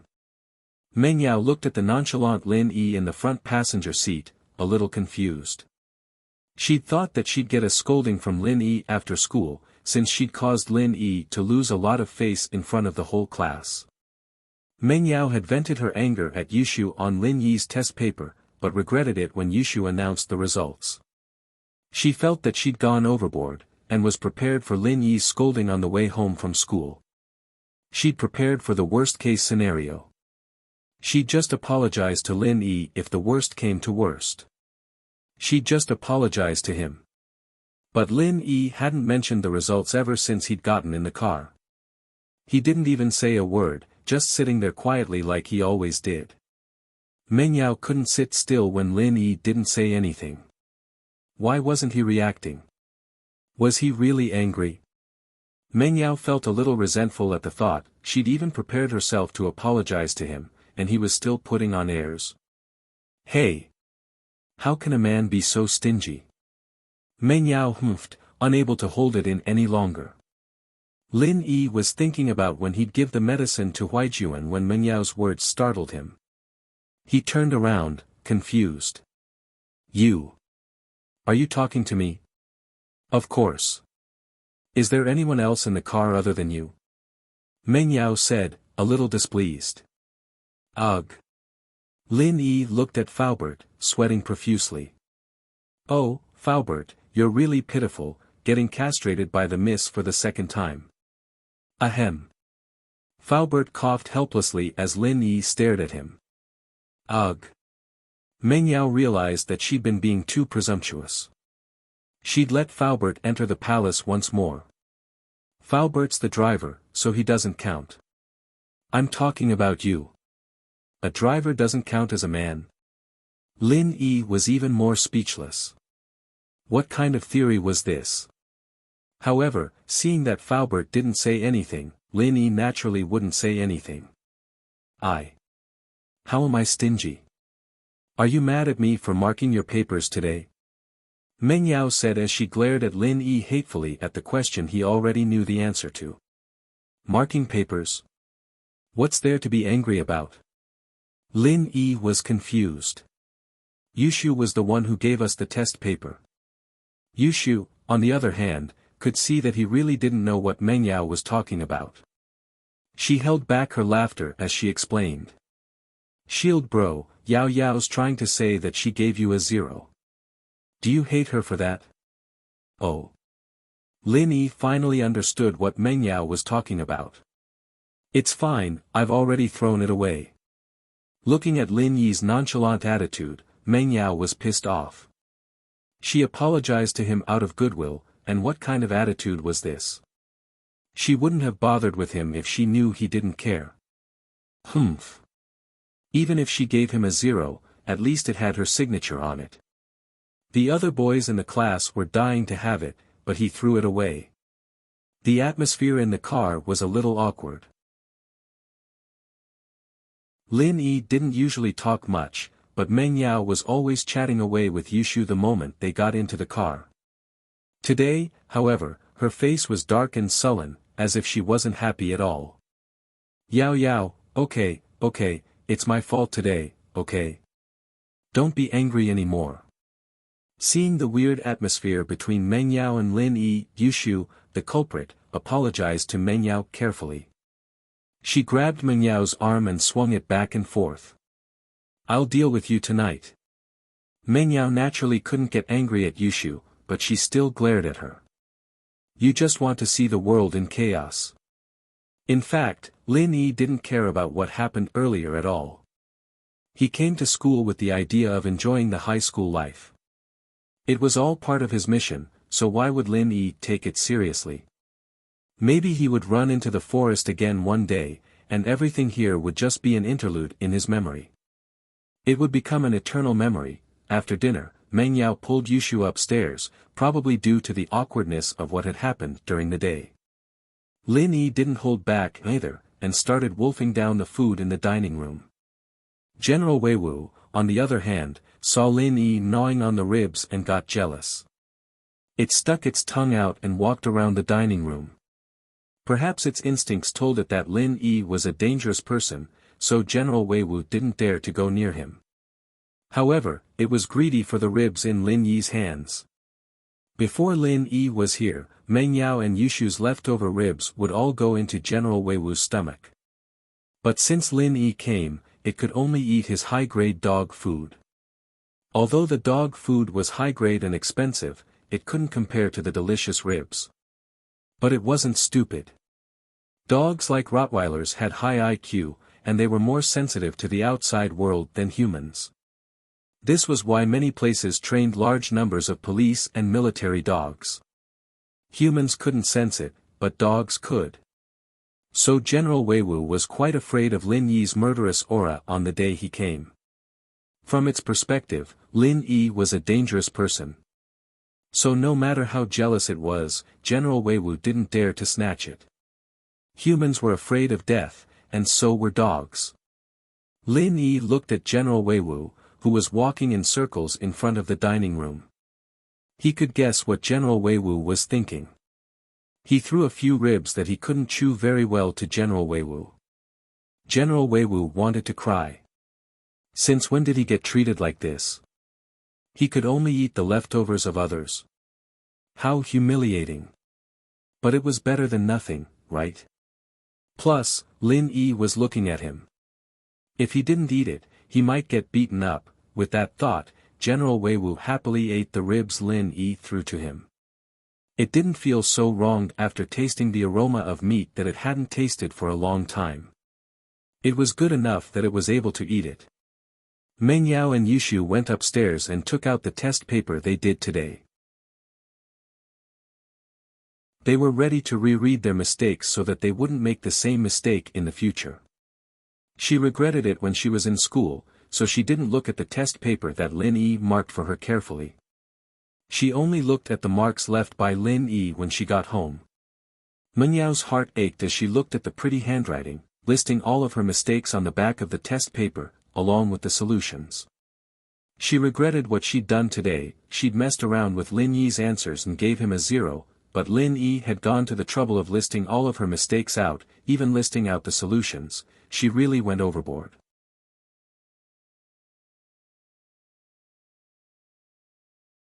Chapter 93. Chapter 93, Strange Dreams. Yao Yao, what's wrong? Yushu asked, startled as she looked at Meng Yao, who looked like she was about to cry. It's nothing. Meng Yao sighed softly. Shu, do you think I went overboard today? Not at all. Yushu could tell from Meng Yao's voice. Could it be that she was still thinking about what happened today? Yao Yao didn't seem like a sentimental person, did she? Maybe. He doesn't really care. Meng Yao shook her head. Yao Yao. Your test paper.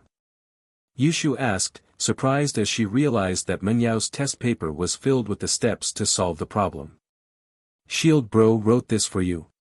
He's pretty nice to you. It wasn't his duty to help people write out the solutions to the wrong questions when he was marking other people's test papers. Everyone listened to the teacher's instructions on how to solve the questions, and they were supposed to fix it themselves when they got back. But Lin Yi had written out the steps for Meng Yao's problems. Yushu understood why Meng Yao was doing this. Meng Yao didn't say anything as she focused on her mistakes. Yushu turned her attention to her own test paper as well, seeing that Meng Yao was focused on studying. She didn't think that Lin Yi's steps were even more detailed than the teacher's instructions. Meng Yao was a little surprised. Lin Yi seemed to be afraid that she wouldn't be able to understand the problems. Every step was so detailed that he even had annotations. Meng Yao was starting to doubt Lin Yi's identity. Just where did her father find someone like this? She'd thought that he was a migrant worker when she first saw him, but how could a migrant worker know how to solve 12th grade math problems? Meng Yao was a little surprised when she saw the last question. Hadn't she solved it already? She'd been feeling a little proud when Mr. Lu explained it to her. Everyone in the class hadn't been able to solve it, but she'd solved it. Meng Yao's vanity was satisfied. But when Meng Yao saw the steps, she couldn't help but be stunned. This was a solution she had never seen before, but it was much simpler than her own method. Meng Yao couldn't help but feel touched. She knew that Lin Yi was doing this for her own good, and he wasn't just being perfunctory. Otherwise, he wouldn't have needed to write down this solution. Shu. Look at this question. Meng Yao said with a sigh as she pushed her paper towards Yushu. At first, Yushu thought that Meng Yao was asking for her help because she couldn't do the test, but when she saw the problem Meng Yao was pointing at and how Lin Yi had solved it, her jaw dropped. Seriously? Shield Bro is that strong? Not only was he good at fighting, but he was also good at studying. Yao Yao sis, you've earned big. Big? Meng Yao looked at Yushu, confused. Where can I find a guy like this? You have to make the first move, or someone else will beat you to it. Yushu said. Meng Yao pursed her lips in disdain. Him. Who would be interested in him? He. Yushu smiled mischievously. Many, wait and see if you don't believe me. Lin Yi finished his food and threw the 2 spare ribs to General Wei Wu. Lin Yi wanted to keep them for tomorrow morning, but it was the weekend, and Faubert said that he would take care of all 3 meals. Meng Yao and Yushu would definitely be sleeping in, so there was no need for him to wake up early to make breakfast. Lin Yi went back to his room and laid down on his bed. There were a lot of things to do today, and he had to boil Huaijuan's medicine in the afternoon. Lin Yi was really tired, and he didn't want to get up after a day of practice, right? It shouldn't be a big deal if he missed a day of practice, right? Lin Yi hesitated. He hadn't slept since coming out of that strange cave, spending every night practicing. The good thing was that he'd be full of energy after practicing, and it felt like he'd slept for 10 hours straight. Lin Yi didn't dare slack off when he was at home, with old Lin watching over him no matter how tired he was. But when he was on a mission, Lin Yi had to stay alert at all times, and he didn't dare sleep for Real. He'd never been in a situation like this before. Without old Lin watching over him, and with no danger around him, Lin Yi decided to slack off. As expected, people became lazy when they were at ease. Lin Yi sighed. He was really tired today, and Lin Yi didn't want to practice. All he wanted was a good night's sleep. Lin Yi felt like he'd entered a space of nothingness, a field of darkness. Lin Yi became alert immediately. What was this place? Was it a dream? Suddenly, following Lin Yi's thought, the space of nothingness suddenly became as bright as day. And a figure gradually condensed in front of him. Who are you? Lin Yi asked subconsciously. He hadn't had a dream for many years, and Lin Yi had gradually forgotten the feeling of a dream. But today, was he dreaming? My surname is Jiao. The figure slowly condensed into the appearance of an old man. He had a sage-like appearance, and he spoke calmly in front of Lin Yi. What? Sexual intercourse? Lin Yi looked at the old man in front of him in shock. How could this person be more vulgar than me? Why did he use this word the moment he opened his mouth? Could it be that he'd watched too many pornographic movies, and his mind had been corrupted? Even in his dreams, he was talking about these filthy things. The old man suddenly felt awkward. My surname is Jiao, and I'm called Jiao Yazi. What? Foot? Lin Yi was even more shocked. What kind of dream was this? Was it a joke? Jiao Yazi was speechless. This nickname hadn't been used for many years, and he didn't expect this kid to use it. He was a little displeased. It's Jiao Yazi, not Foot. You little kid, don't be rude to this old man. Sorry, Jiao Lao. I heard wrongly. Lin Yi was a little embarrassed, but he thought, it's just a character in a dream, I don't have to care so much about it, right? Do you think you're dreaming? Jiao Yazi seemed to see through Lin Yi's thoughts, and he sneered and looked at him. Am I not? Lin Yi was stunned, and he looked at Jiao Yazi strangely.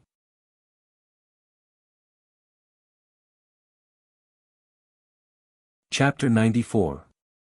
Chapter 94, Training Space. Lin Yi couldn't help but feel a little awkward at Jiao Yazi's words. If Jiao Yazi said so, then he wasn't dreaming. Besides, a dreamer wouldn't think about whether or not he was dreaming. Then where am I right now? Lin Yi eliminated the possibility that he was dreaming. Where was he now? Just a second ago, he was in Meng Yao's bed, and the next second, he was in this strange place. This is the fourth dimension of the Jade. Jiao Yazi humphed coldly. I really didn't think that there'd be someone as stupid as you in this world. You've made me wait in the Jade for so many years, and now you're finally here. What? I'm in the Jade? Lin Yi wasn't a coward, but after hearing Elder Jiao's words, he couldn't help but reveal a shocked expression on his face. Yes.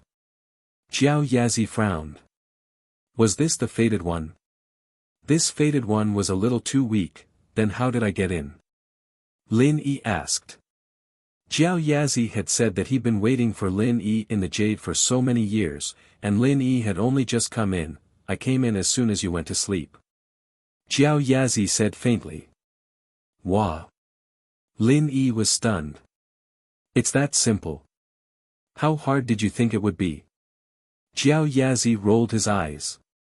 But I have nothing to say to you, it's been so many years, and you haven't slept at all. You. Using my senior's words, you're too amazing, too amazing. Lin Yi was speechless. He'd gotten the jade pendant along with a copy of The Art of Dragon Slaying. He'd been training according to the method in the manual ever since, replacing sleep with training, and it had been a few years in the blink of an eye. I've been training with The Art of Dragon Slaying. Lin Yi scratched his head, embarrassed. Of course I know you're training with The Art of Dragon Slaying, I can see it in the jade. Jiao Yazi humphed coldly. But I really admire you, after all these years of useless training, you're still able to keep going. You're even better than Yu Gong. Ugh. It's not really useless, is it? I've already reached the late stage of the first stage. Lin Yi smiled bitterly. This time, it was Jiao Yazi's turn to be puzzled. He suddenly extended his hand and placed it on Lin Yi's arm. Lin Yi wanted to dodge, but he didn't expect Jiao Yazi's speed to be so much faster than he'd imagined. It was practically teleportation. However, what puzzled Lin Yi was that although Jiao Yazi seemed to have touched him, he didn't feel anything at all. It was as if an illusory figure had touched him. In such a harsh environment outside, you could still break through to the late stage of the first stage. You're quite a talent. Jiao Yazi was a little surprised. Hearing Jiao Yazi's praise, Lin Yi's face finally revealed a trace of a smile. This Jiao Yazi, from the beginning, either called him an idiot or mocked him, saying that he was amazing, but in reality, it was the opposite. This time, he finally praised him. But what a pity. Jiao Yazi shook his head regretfully. Originally, you could have cultivated to this level in a few months, but you used almost 10 years. Talents will also be wasted, wasting the best age for cultivation. Ugh. Lin Yi didn't expect Jiao Yazi's final words to hit him. He was speechless. However, Jiao Yazi's words made Lin Yi a little disappointed. Could it be that I'm destined not to break through? He couldn't help but feel a little sad.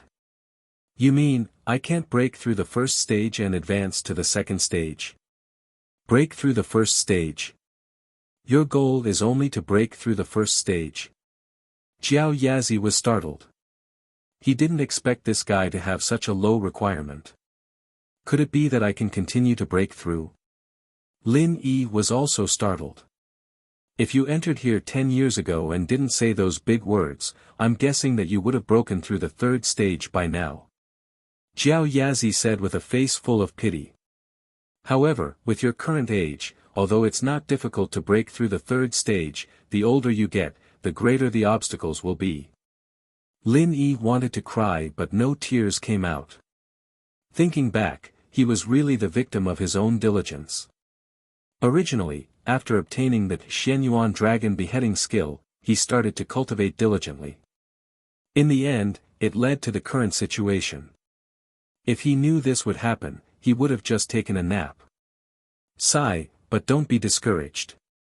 Although you can't become as powerful as Grand Uncle Master, you can still break through the third stage. That's already impressive enough. Jiao Yazi saw that Lin Yi was disappointed, so he comforted him. Maybe if there's another mutation, you'll become super powerful in an instant. It's hard to say. After hearing Jiao Yazi's words, Lin Yi was a little more open-minded. If he followed Jiao Yazi's words, it was not bad. Thinking of the endless benefits that this Xianyuan dragon beheading skill brought him just to the late stage of the first stage, wouldn't he be even more powerful when he broke through the third stage? Thinking of this, Lin Yi felt that he did not need to be so greedy. You're saying that I have a chance to break through the first stage now? Lin Yi was naturally pleasantly surprised when he thought about it. Of course. Jiao Yazi nodded. The energy contained in this space is a few times or even tens of times that of the outside world. Your cultivation speed here will also be a few times faster than the outside world, especially when it's time to break through. Because of the harsh environment outside, the energy is thin, so it's impossible to provide the huge amount of energy needed to break through in an instant.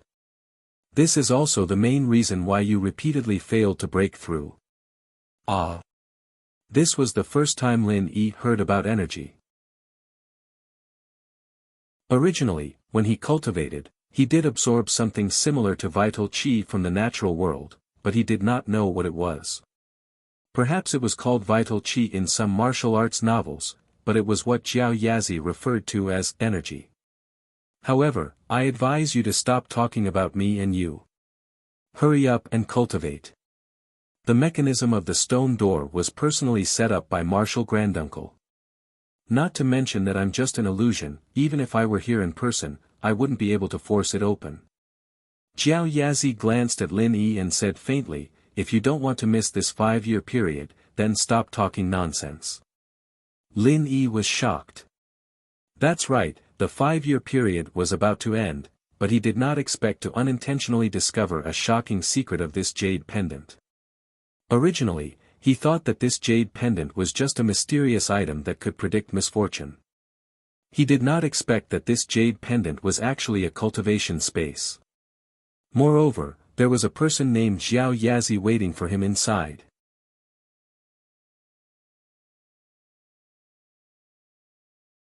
Chapter 95. Just like that. Hold on, one last question. Lin Yi forced himself to ask when he saw Jiao Yazi's impatient expression. Speak. Jiao Yazi replied indifferently. Who are you? Who is that senior uncle of yours? Lin Yi couldn't hold back his curiosity. I'm Jiao Yazi, I've already told you. Elder Jiao said faintly, my Grand Master is naturally a very powerful person, but you don't need to know, because it has nothing to do with you. You don't need to think about becoming his disciple just because you got lucky and picked up the jade pendant and practice scroll he left behind, that's not going to happen. Ugh. Lin Yi paused as he looked at Elder Jiao's don't even think about it expression. Elder Jiao had a neutral expression on his face, but it wasn't like this, was it? Did I offend him? However, Lin Yi understood why Jiao Yazi was so upset. Since the person who left the manual was his martial uncle, then if he were to take that person as his master, he would naturally become Elder Jiao Yazi's senior. He would definitely be unhappy. Lin Yi smiled. Of course not. Even if I were to become his disciple, it would be you, Jiao Lao. At least you know what's good for you.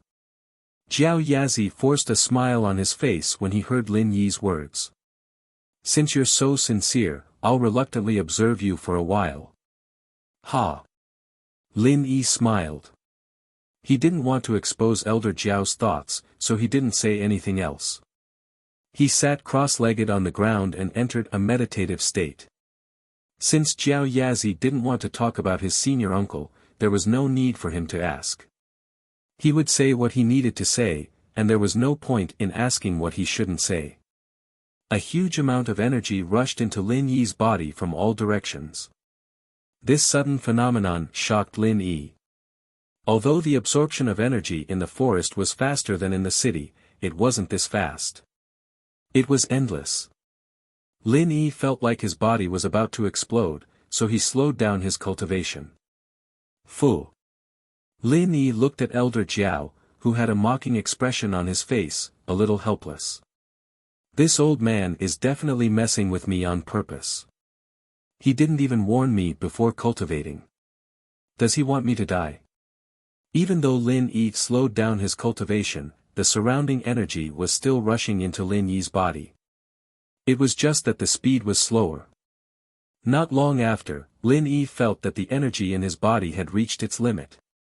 However, the surrounding energy was still rushing into his body at the same speed as before. Cold sweat dripped down Lin Yi's forehead. What's going on?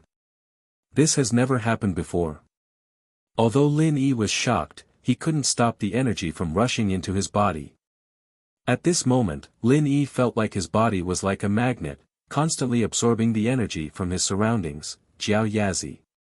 Lin Yi felt like he was about to explode. He had no choice but to ask Jiao Yazi for help. However, Jiao Yazi was still looking at Lin Yi with a playful expression. He didn't have any intention of helping. Boom, Lin Yi felt that his body could no longer withstand the huge energy. His whole body felt like it was about to explode. The clothes on his body turned into charred pieces and flew in all directions. Phew, just when Lin Yi thought that he was finished, he was surprised to find that he wasn't dead yet. He was standing in front of Jiao Yazi with an indescribable feeling of comfort. Breakthrough. Lin Yi was speechless. He had never broken through before, and he had never felt the feeling of being full of energy when breaking through the critical point. Lin Yi was speechless. He thought that he was going to explode, but in the end, he broke through. No wonder Jiao Yazi had a playful expression on his face. It seemed like he had expected this result. As expected, Jiao Yazi opened his mouth and said, "Breakthrough. How is it?" "Not bad, right? It feels good, but I didn't expect the energy here to be so strong. I broke through directly. That scared me." Lin Yi smiled bitterly. "You were already at the critical point of breaking through. It's just that the environment outside is bad. There isn't enough energy for you to break through in one go." Jiao Yazi laughed and said, "There is enough energy here. Once you enter the state of cultivation, you naturally broke through instantly." After hearing Jiao Yazi's explanation, Lin Yi realized that he had already cultivated to the late stage of the first stage. It was just that he didn't have the conditions to break through. But the energy here was abundant, so he broke through instantly. As for the sudden influx of energy into his body, it would only happen during the moment of breakthrough. It wouldn't happen during normal cultivation. "Thank you, Mr. Jiao." Lin Yi bowed to Jiao Yazi sincerely. No matter what, Lin Yi was very grateful for Jiao Yazi's help. Seeing the serious Lin Yi, Jiao Yazi was a little surprised. After a while, he said, "All right, kid, don't be so serious. You can call me Jiao Lao or Old Jiao in the future. Forget about Mr. Jiao. Then I'll call you Jiao Lao." Lin Yi nodded and said, "Jiao Lao, I wonder if I can continue to cultivate the second stage of the Shenyuan dragon slaying art." "Second stage? Do you have it?" Jiao Yazi was stunned and asked. "Ah. You don't have it?"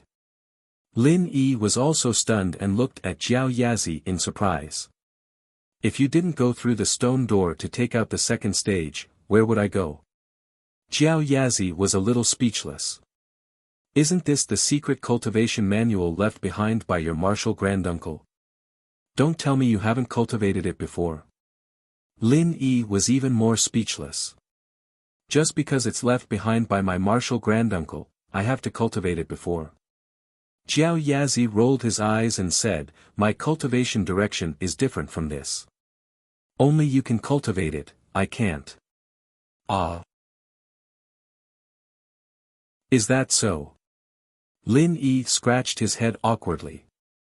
He was limited by his normal thinking. Jiao Yazi was right. He didn't have to cultivate what his martial granduncle left behind. "If I knew how to, why would I ask you to hurry through the stone door?" Jiao Yazi was a little helpless. "Don't think that I can help you. I'm just an illusion. My function is similar to that of a commentator. I can only explain the use of this cultivation space and entertain you when you're bored. As for the rest, you'll have to rely on yourself."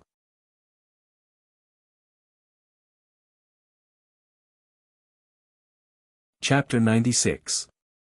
Accompany us shopping. Elder Jiao, apart from being a cultivation space, does this jade pendant have any other uses? Lin Yi was thinking about the jade's predictive abilities. Since Jiao Yazi was the owner of the jade, he should know about it. "Yes." Jiao Yazi nodded. "What other uses?" Lin Yi was delighted. So Jiao Yazi knew about it. But I don't know the specifics. Jiao Yazi shook his head. Senior granduncle modified it himself. I've never worn it before, so how would I know? Once you open the stone door, there should be an explanation inside, right? Should? Lin Yi asked, uncertain. I've never been inside the stone door, how would I know? Jiao Yazi said, as if to say, don't ask me, I don't know. All right. Lin Yi was a little disappointed, but it was only for a moment. It was already good enough that he'd gotten what he'd gotten today. He just hoped that it wasn't a dream. The sky was already bright by the time Lin Yi woke up. It looked like it was 9 in the morning. He'd slept for a really long time. Lin Yi couldn't help but stretch as he sat up on the bed. Wait. Lin Yi suddenly remembered the dream he'd had last night. It was Jiao Yazi and the training space. Lin Yi touched his body subconsciously. In the dream, his clothes had exploded into pieces when he broke through the first stage of the art of dragon slaying. But when Lin Yi touched his undamaged pajamas, Lin Yi's heart sank. Was it just a dream? Lin Yi couldn't help but feel a little disappointed at the thought. He'd finally broken through, and he'd be able to open the stone door after 5 years. But was it all just a dream? Kid, you're in the Jade, and only your mind is in the virtual training space. Your clothes won't be torn. A voice rang in Lin Yi's mind, startling Lin Yi. But Lin Yi was overjoyed. Jiao Yazi, it was Jiao Yazi's voice. Jiao Lao, is that you? Lin Yi asked. Of course it's me. Jiao Yazi said. You can communicate with me telepathically, no need to speak. Is that okay? Elder Jiao, can you hear me? Lin Yi asked Elder Jiao in his mind. Yes. Jiao Yazi answered. Jiao Lao, since you can communicate with me telepathically, why didn't you remind me to enter the training space in the Jade earlier?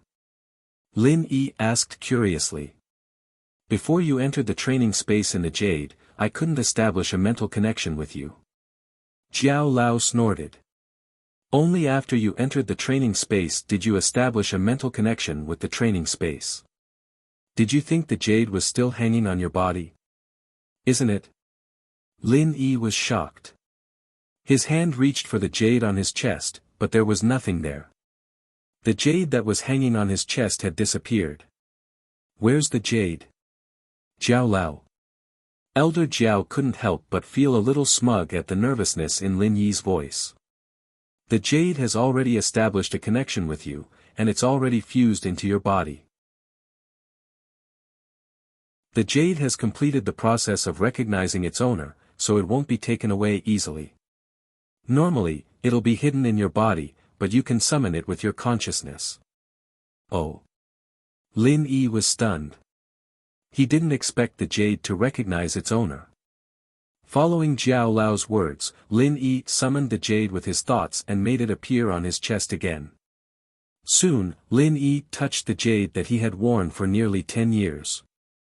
Lin Yi let out a sigh of relief and let the Jade return to his body.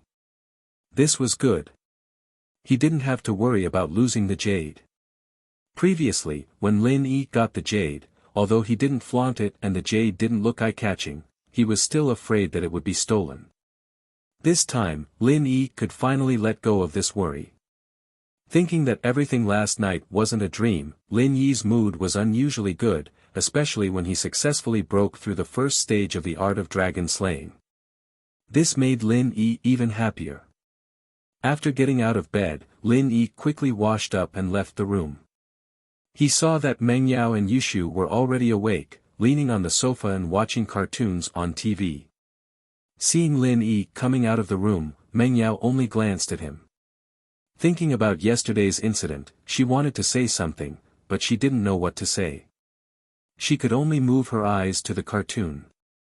On the other hand, Yushu rolled her eyes when she saw Lin Yi coming out. She waved at Lin Yi, "Shield bro, come shopping with me in Yao Yao later, what do you think?" "Me?" Lin Yi blinked and pointed at himself. "Yeah, help us carry our bags." Yushu nodded. Can I not go? Lin Yi smiled bitterly. Carry bags? This job didn't seem that good. Ahem. Toilet paper. Yushu pretended to cough twice and said to Lin Yi sneakily. Ugh. Lin Yi was pissed off. Did this girl make a living out of this? Once a day. Was there an end to this? Shoo, why are you coughing? Did you catch a cold? Meng Yao heard Yushu coughing and asked for toilet paper. She quickly passed the tissue box on the coffee table to Yushu. Ah. Yushu blinked, realizing that Meng Yao had misunderstood her. She stuck her tongue out at Meng Yao before pulling out a napkin and pretending to cough a couple of times. Lin Yi was amused. He shook his head and went back to his room to change. No matter what, the only thing he could do before Pengzhan gave him the mission was to stay by Meng Yao's side. Since she was out shopping, he followed her. When Lin Yi came out of his room, Faubert came with breakfast. It was the hotel's chef's congee with pork and century egg, and some exquisite pickles. Lin Yi helped Faubert put the breakfast on the table, and Faubert left with the food box from last night. Meng Yao and Yushu turned off the TV and came to the dining room to eat. Meng Yao pursed her lips as she watched Lin Yi leave. She wanted to ask Lin Yi to eat with her, but she couldn't bring herself to do it. Shield bro, let's eat together. We have to go shopping later. I don't have time to wait for you. Yushu called out to Lin Yi before Meng Yao could say anything. Hey! Meng Yao was a little annoyed. Why did Shu get to eat first? She wanted to be nice to Lin Yi because of what happened yesterday, but she didn't get the chance to. Never mind, this was fine. She was Lin Yi's employer, and she paid his salary. What right did she have to be nice to him? He should be the one doing it.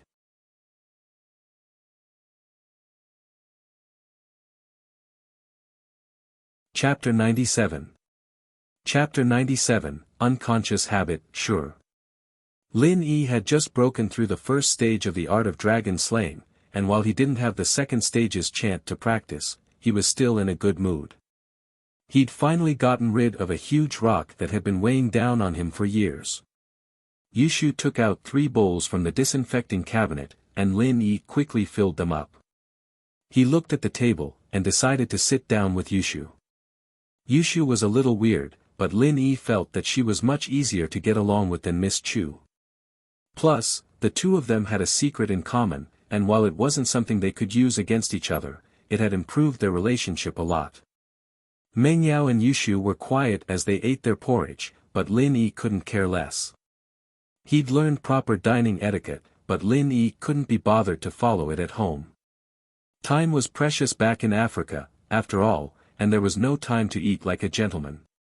Even the female members of the squad would finish their food in 2 or 3 bites, or there was no telling where the enemy's rocket launchers would come from.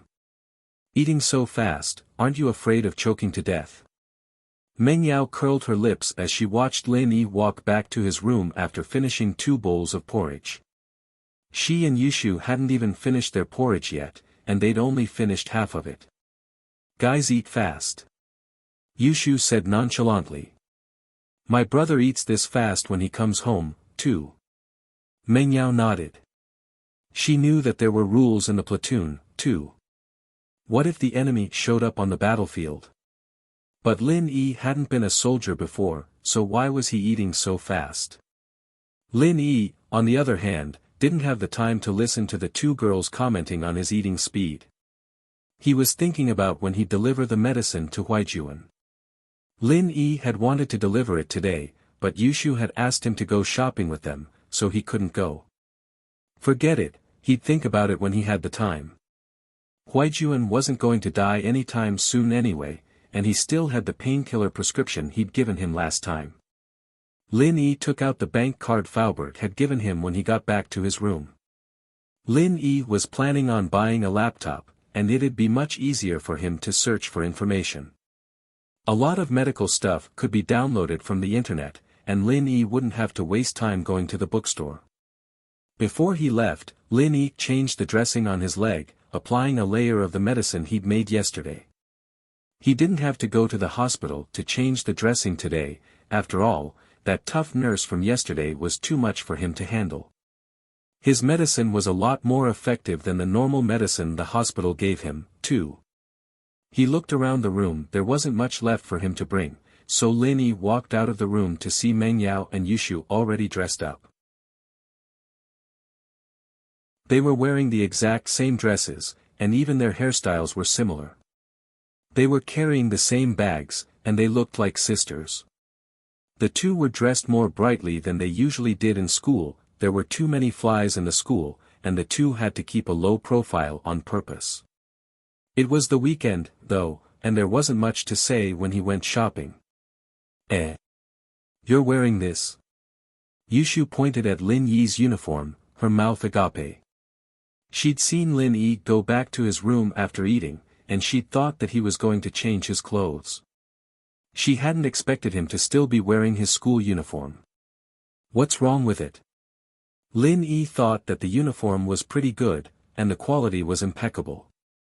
As expected of the best school in the city, even the high-end brands couldn't compare.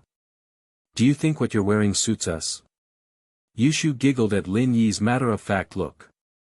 Meng Yao, however, thought of something else. Lin Yi, didn't Faubert give you anything else other than your school uniform? Nope.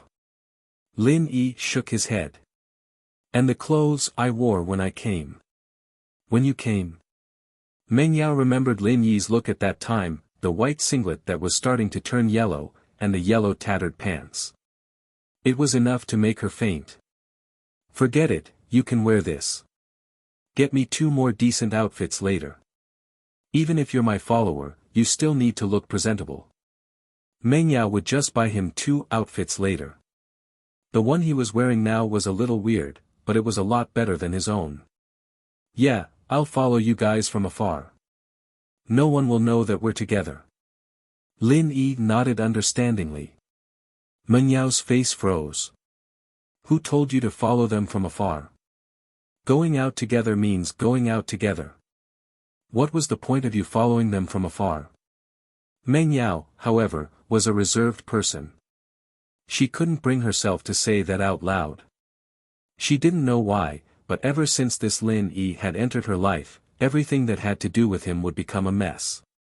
Meng Yao couldn't help but feel annoyed. Leaving the villa, Lin Yi didn't see Faubert's Bentley. He was confused when he saw Meng Yao open the garage door with a remote control. There was an Audi S5 parked in the garage. The domestic model was A5, a bit lower profile than the R8. Lin Yi didn't expect Meng Yao to have a car of her own. Lin Yi couldn't tell that Meng Yao knew how to drive, considering how Faubert usually drove. You drive. Meng Yao threw a bunch of keys in Lin Yi's hand. Me? I don't have a license yet. Lin Yi had never driven without a license before, but that was when he was on a mission or when he was killing people. Driving without a license was a small matter. Meng Yao frowned at Lin Yi's words. Get Faubert to get one for you. Wouldn't it be inconvenient to go shopping with us? Huh, Faubert's already doing it. He hasn't gotten it back yet. Lin Yi smiled faintly. Meng Yao had unknowingly accepted the fact that he was by her side, and she wasn't as intense as she was a few days ago when she was trying to chase him away. Now that they were talking about the future, it meant that Meng Yao wasn't as resistant as before. Then you sit in the back seat. I'll drive. Meng Yao pointed at the back seat. Lin Yi said to Lin Yi. The S5 was a sports car with a single row of doors. The back seat could only be accessed from the front. It was a little inconvenient, but with Lin Yi's skills, it wasn't a problem at all. With a light push, Lin Yi jumped in.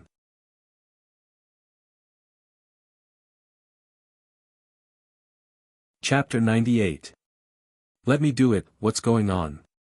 Meng Yao looked up at the long line of cars in front of her, trying to see what was going on. Shield bro, go take a look and see what's going on. Yushu said casually to Lin Yi. Ugh. I'd rather you go down, or you'd have to go down first. Lin Yi said with a bitter smile. Yushu remembered that Lin Yi didn't have a door at the back, so she got off the car by herself. There were a lot of people watching, but a pretty girl like Yushu made way for them. It didn't take long for Yushu to run back to Mengyao. Yao Yao, there's a car accident up ahead, I don't think we'll be able to get there for a while, right? It can't be, right? Let's find a place to park the car and take a walk. Mengyao said helplessly after hearing Yushu's words. There's a public parking lot over there. Yushu said as she pointed at a parking lot not too far away. Ugh. Shu, you're a little naughty, you think I can park there? Mengyao said as she looked at the parking space above the car park. There was a Toyota coaster in front, and a Jinbei van in the back. The two cars were huge, and the parking space in the middle was very small. Normal people wouldn't be able to park there at all. Menyao's Audi S5 was a little smaller, but parking there was still a lot of trouble. Parking spaces were scarce in the business district, and it was a weekend, too. How could there be a parking space so easily? It would have been taken a long time ago. Then what do we do? Yushu didn't think too much about it since she wasn't driving. She looked at the parking space, it really wasn't easy to park there. Is that so? Let's park the car on the side of the road then. Mengyao said as she started the car and parked it on the side of the road. Lin Yi looked at the big "No Parking" sign beside the car before looking at Mengyao, stunned. It's not like I'll lose points if I get a ticket, Falbert'll take care of it.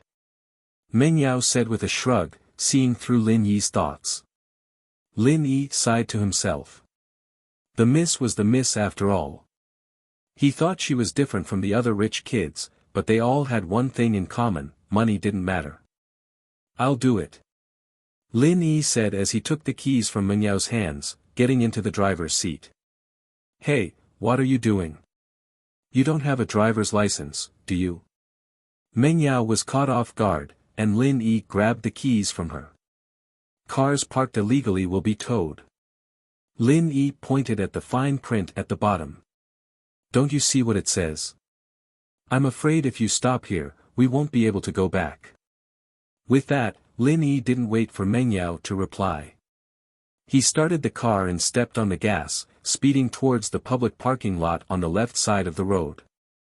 Lin Yi abruptly turned the steering wheel back just as the car was about to reach the parking lot, pulling the handbrake and turning the steering 5 meters and 180 degrees. The car drifted beautifully, neatly into the parking lot. Lin Yi had seen a video on the internet about snatching parking spaces. He thought it was interesting, so he found a broken car to practice it twice. Aw. Mengyao thought that her car was done for as she watched the car spin on the ground.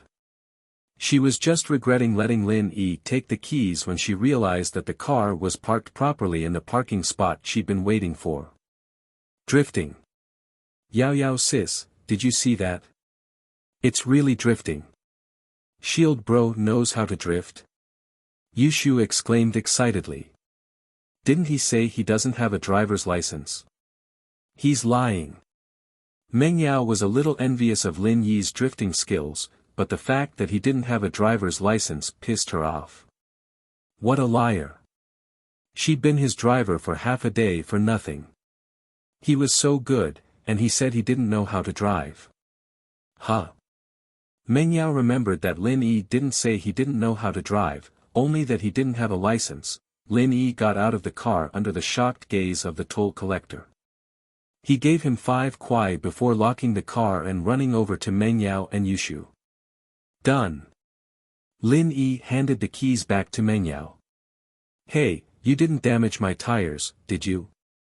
Mengyao mumbled. Ha. Lin Yi smiled. Shield bro, you know how to drift? When are you going to teach me? Yushu was very curious about how Lin Yi had parked the car. We'll talk about it when you get a car. Lin Yi said perfunctorily. Drifting wasn't something that could be taught. He'd learned it after watching the video twice, but that was based on his agility, coordination with his body. One wrong move, and the car would be in trouble. "Oh, I have a car, it's in my garage. You can teach me when we get back," Yushu said excitedly. "Wah." Lin Yi blinked. He didn't expect Yushu to have a car as well. "Alright, I'll teach you when I'm free," Lin Yi said. Meng Yao found Yushu's begging to be a little shameless. What right did she have to do that? He was just a shield her dad had hired. Did she really have to do this to get him to teach her something? "Hey, you have to teach me.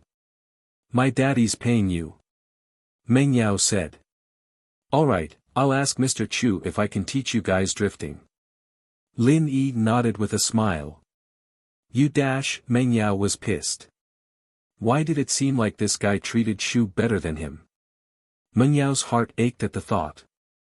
She was the miss here, alright. "Let's go, Yao Yao. Let's go shopping first." Yushu wasn't in the mood to watch Lin Yi and Meng Yao fight. It wasn't easy for them to go shopping today. Of course, they had to buy more stuff. 12th graders didn't have much time to waste. Even girls with high IQ like Meng Yao and Yushu couldn't be careless. After all, there were quite a lot of people with high IQ. Meng Yao thought about it and agreed. It was rare for them to go out. She was a little bored, but she didn't bother with Lin Yi. She held Yushu's hand and walked forward. Lin Yi chuckled and followed the two. When they reached the scene of the car accident, Lin Yi glanced at it casually and paused. He furrowed his brows, lifted his leg, and walked quickly towards the crowd. Lin Yi wasn't a nosy person, but he couldn't just ignore what happened today. There was a familiar face at the scene of the car accident. It was Wang Xinyan, who he met on the train. She was standing next to a red sports car with a helpless face. She was holding a phone and standing there anxiously. Beside her, there were two middle-aged men and women pointing at her and saying something.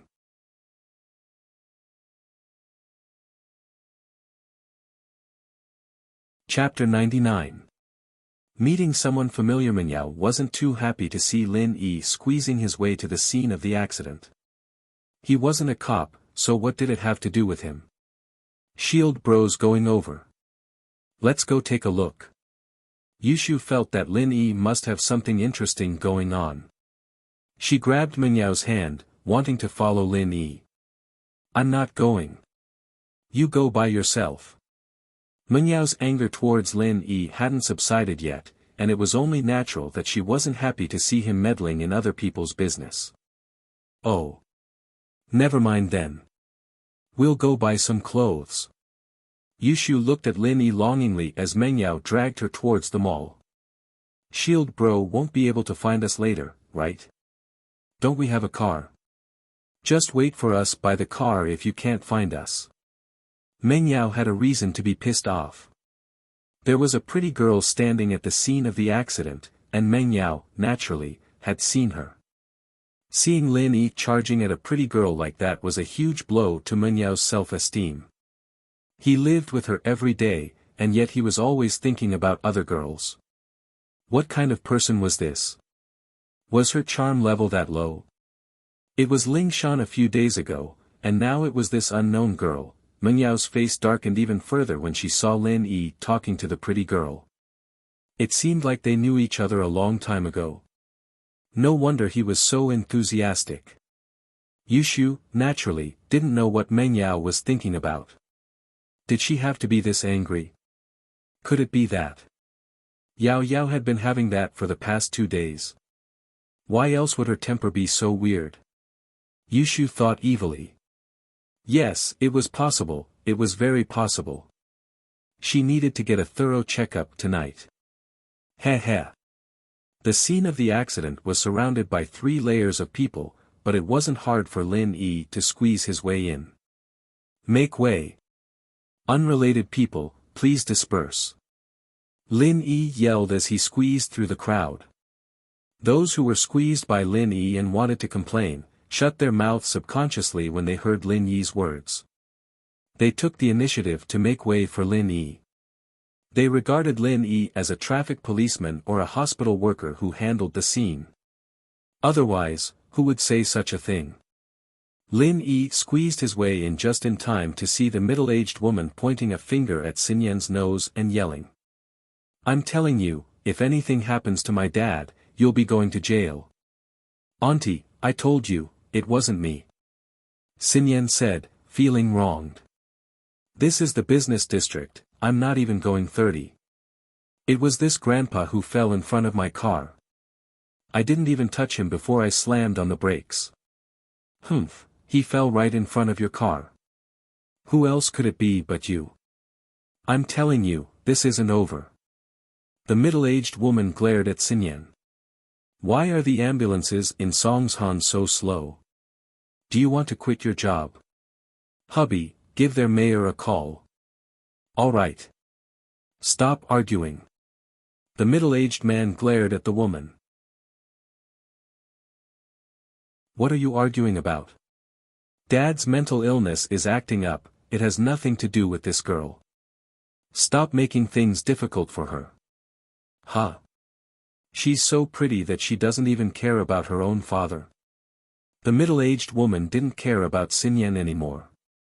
She pointed a finger at the middle-aged man and started arguing. "What, you're so powerful now that you've forgotten how my dad raised you? You're still yelling at me? You're still helping that little bitch? All right. Huiru, are you done? You know what's going on, you're the one who forgot to bring my dad's medicine, and you're pushing the blame onto someone else." The middle-aged man humphed, dissatisfied with his wife. "Fine, I've been the daughter-in-law of House Lu for so many years, and this is how you treat me." Huiru's eyes flashed fiercely. She reached out to grab Xin Yan's face. "You like this bitch, I'll tear her face apart. Let's see if you feel bad for her." Slap. A hand gripped Huiru's wrist tightly. She couldn't move an inch. Who's pulling me?" Huiru was startled. She turned around to look at the person. If she really hit someone, she'll take responsibility. Lin Yi looked at Huiru coldly. From her behavior and words, he could tell that this woman's background wasn't ordinary. She did things without a care in the world. Since Xin Yan drove a sports car, her family background must be extraordinary. But this woman didn't care at all. It was obvious that she wasn't afraid of causing trouble. Plus, she kept talking about getting the head of the health bureau fired and calling the mayor. That was proof enough. Of course, he couldn't rule out the possibility that she was bluffing, trying to extort more money. "Who are you?" "Honey, look at this pretty boy, he's meddling in other people's business. He even wants to hit your wife.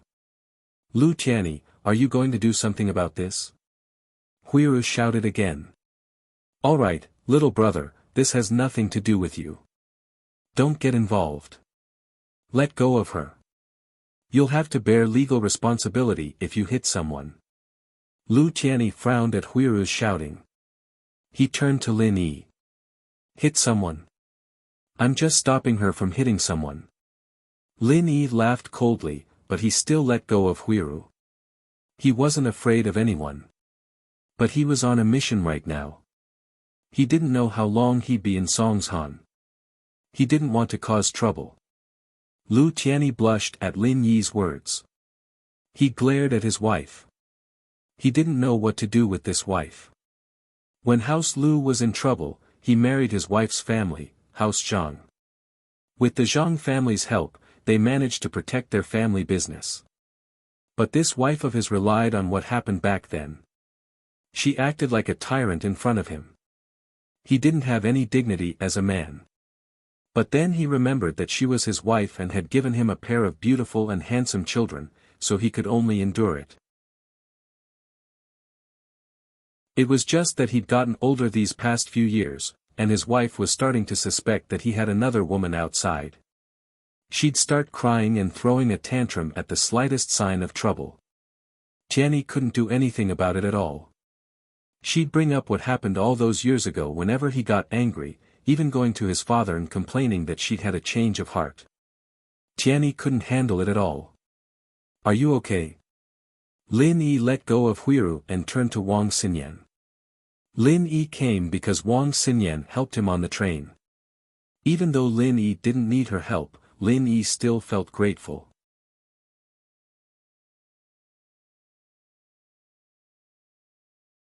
Chapter 100.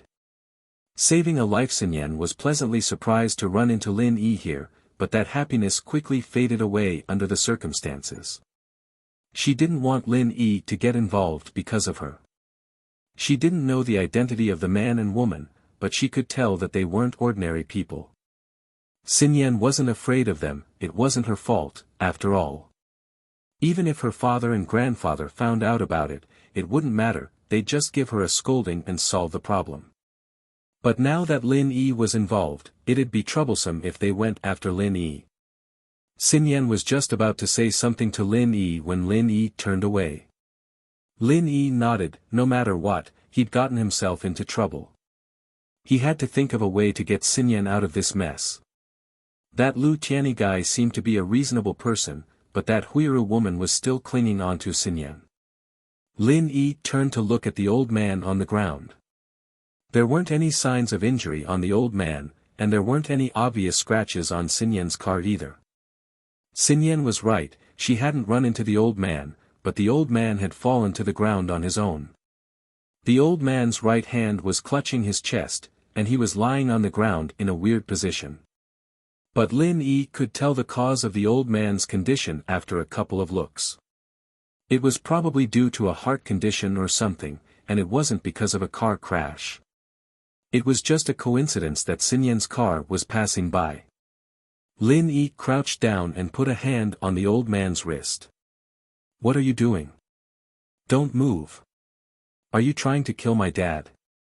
Huiru had just calmed down for a moment when she saw Lin Yi touch the old man on the ground. She flared up again, baring her fangs and claws as she charged at Lin Yi. Myocardial ischemia. Angina. Lin Yi raised his head with a frown. Huiru, stop fooling around. Lu Tianyi's eyes lit up when he heard Lin Yi's words. He pulled his wife aside and his face was filled with anticipation. He was not stupid. Lin Yi had only taken his pulse and told him the cause of his father's illness. Lu Tianyi naturally regarded Lin Yi as a doctor. Little brother, are you a doctor? Lin Yi didn't answer Lu Tianyi's question directly. Your father fell to the ground because of angina caused by myocardial ischemia. It wasn't her car that hit him. Nonsense. Huiru's expression changed as she pointed at Lin Yi and scolded him. Fine, I'll take it as bullsh** ting. With the speed of the ambulance, your father can only wait for death. Lin Yi pursed his lips and stood up. Anyway, he's dead. There's a forensic doctor, so it has nothing to do with my friend. Slap. Lu Tianyi slapped Huiru's face. Shut up, you bitch. If it wasn't for the fact that you were so focused on putting on makeup and forgot to bring Dad's medicine, would Dad have ended up like this? You dare to hit me? Huiru's eyes were filled with disbelief. Her husband had been a coward in front of her for most of his life. She didn't expect him to slap her in public today. Lu Tianyi ignored his wife and turned to look at Lin Yi sincerely. Little brother, do you have a way to save my father? Yes, you must have a way. My lover is like this. Please don't take it to heart. I hope you can help. Lu Tianyi wasn't a reckless man. Lin Yi was young, but being able to pinpoint the cause of his father's illness with a single sentence was no simple feat. His father didn't have any medicine at the moment, and whether or not he could make it to the ambulance was another matter altogether. Lu Tianyi had no choice but to try his luck. He wouldn't let that sliver of hope go. Lin Yi looked at Lu Tianyi, thinking that the guy was quite sincere. The slap he'd just given his wife was quite manly as well. I'll try. Lin Yi nodded slowly. The old man's death wouldn't have anything to do with Wang Xinyan, but judging from the shrew's attitude, there'd be a lot of trouble in the future. The only way to get Wang Xinyan out of this trouble was to keep the old man alive. Lin Yi crouched down and rubbed a few spots on the old man's body in a seemingly random manner. He then started massaging the area around the old man's hearts. This acupuncture and massage technique was something he'd inherited from his shifu, and it was good for blood circulation. Lin Yi didn't know if it would work on this old man. Perhaps his shifu wouldn't have thought that the acupuncture technique he'd taught him was for killing people, but he'd be using it to save people. It'd be great if he had silver needles. His old man's medical skills were amazing, after all, and he'd taught Lin Yi acupuncture, but his main business was killing people, not saving them. He didn't have a box of needles with him. "Kid, it's futile if you keep massaging him like this. He's already half dead, he'll die before your massage works." Jiao Yazi's disdainful voice entered Lin Yi's ears all of a sudden. "Jiao Lao. You have a solution." Lin Yi was overjoyed. In truth, Lin Yi was a little worried as well. Old Lin's medical skills were excellent, but there were a lot of emergency treatments that required needles, and it depended on the symptom as well. Lin Yi would have been able to save the old man if he'd only just started acting up, but it had been half a day now, and Lin Yi had no choice but to give it a shot. "Humph, you've been practicing the art of dragon slaying for nothing, haven't you?" Jiao Yazi humphed coldly. "You only need to take a small amount of the energy you absorbed and put it into the old man's heart, allowing it to recover and strengthen its blood supply. You'll be able to improve his condition. Put it in directly." Lin Yi was dumbfounded. This was something he'd never thought of. He'd thought that the energy he absorbed was only useful to him because he practiced the art of dragon slaying, and this energy was useless to others. He hasn't practiced the art of dragon slaying, so will this energy be effective on him? Lin Yi knew that this kind of energy had a very significant effect on strengthening the body's tissues and functions, but would it be of any use without the Kunlun chant? He hasn't practiced it, so he can't absorb the energy himself, but he can receive the energy you give him, Jiao Yazi explained. "Kid, don't tell me you don't even understand such a simple principle." This. Lin Yi's face reddened. He really didn't understand this. Old Lin didn't know the art of dragon slaying either, and he'd been practicing it all by himself without anyone to discuss it with. "Run the chant on this old man's Dayton acupoint, and the energy will be automatically released and transferred to him," Jiao Yazi said. "If you don't want him to die, then hurry up and start."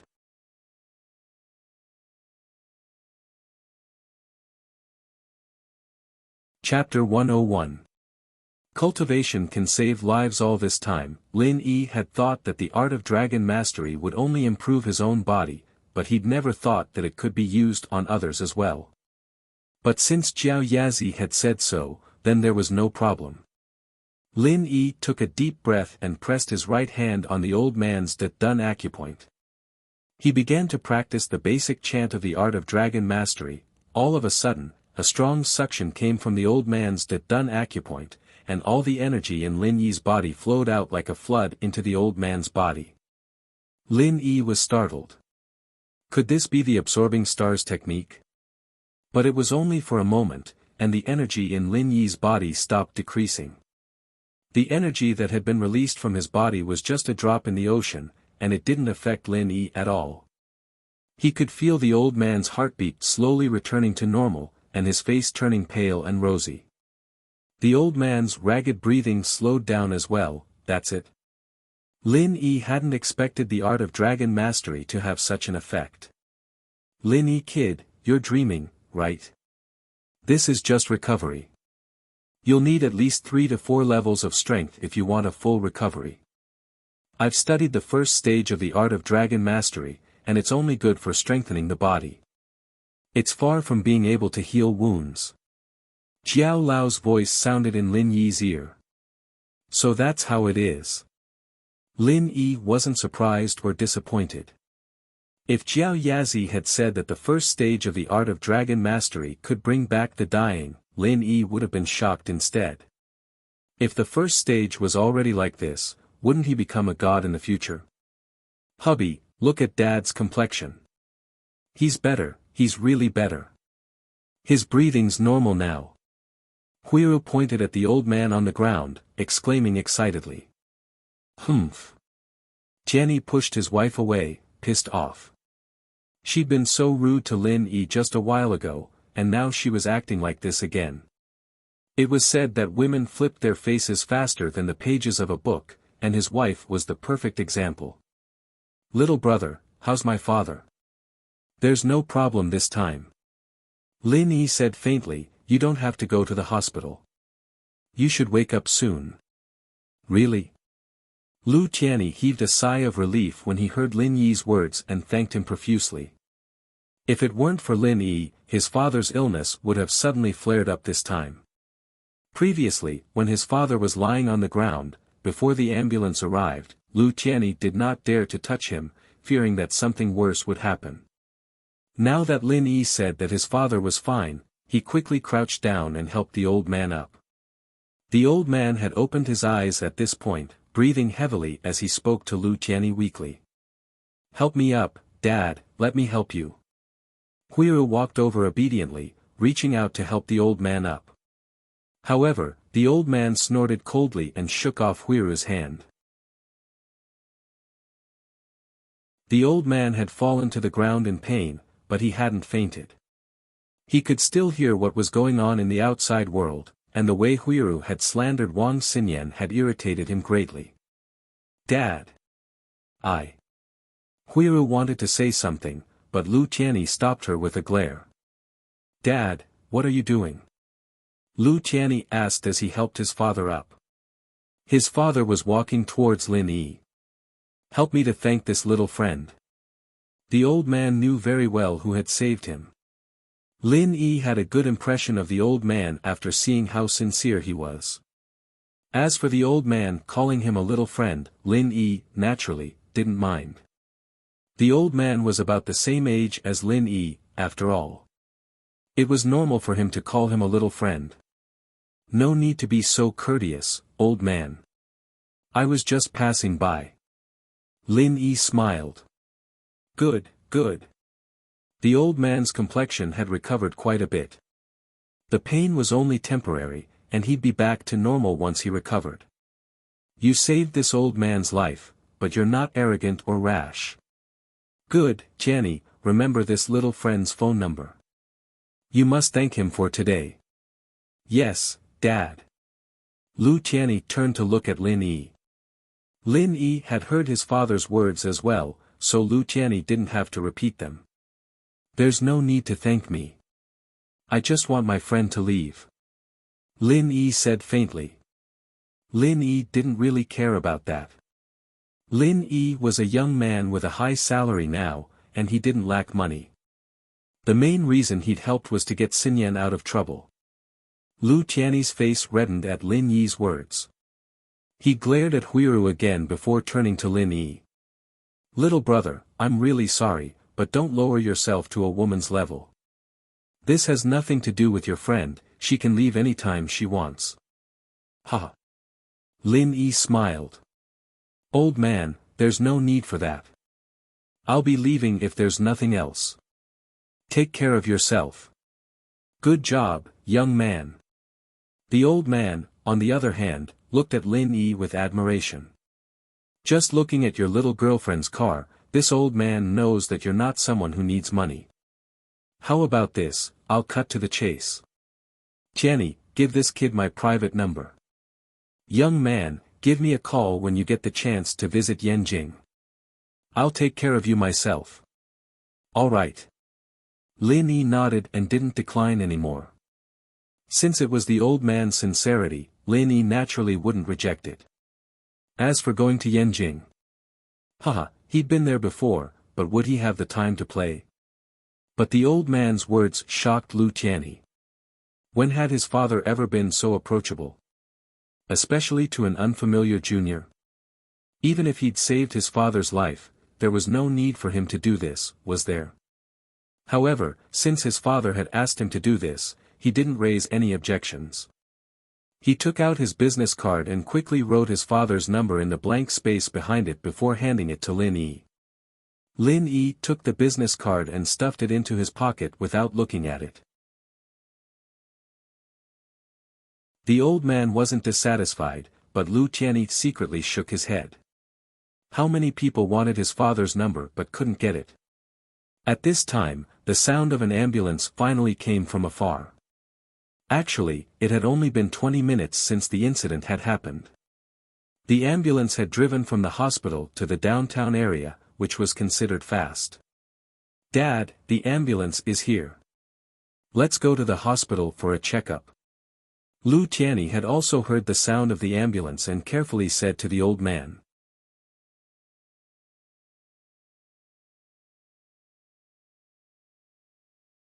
Chapter 102. Lu Tianyi had no choice but to give up after hearing his father's words. The crowd, on the other hand, saw that there was nothing left to see, and began to disperse as they talked about Lin Yi's miracle. Lin Yi, on the other hand, quickly left the place with the crowd. "Wait." Xin Yan's voice came from behind him before he could take more than a few steps. "Ah. What's wrong?" Lin Yi looked at Xin Yan before pointing at the car not far behind her. "You're not allowed to park here, aren't you afraid of getting a ticket?" "Ah." Xin Yan blinked, not expecting Lin Yi to say something like that. She chuckled. "Thanks for today. I didn't expect you to know medicine. It's just a normal Eastern massage. You can do it too if you buy a book from Xinhua bookstore." Lin Yi, naturally, wasn't going to expose himself. Ugh. Xin Yan wasn't expecting it to be that easy, but thinking back to what Lin Yi had done, it really did look like an Eastern massage. She nodded. "Still, thank you for today, though. It would have been really hard to get away otherwise. That woman was being unreasonable, that's all." Lin Yi smiled.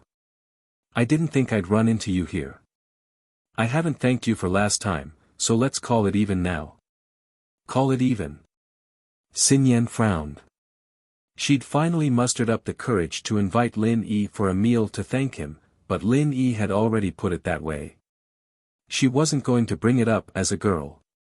"Be careful next time, and try not to go to crowded places."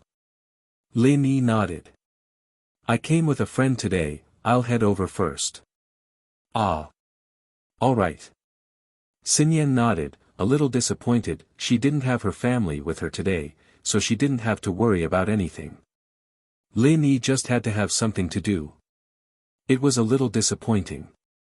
Xin Yan was very curious about Lin Yi. She couldn't figure out what had happened on the train.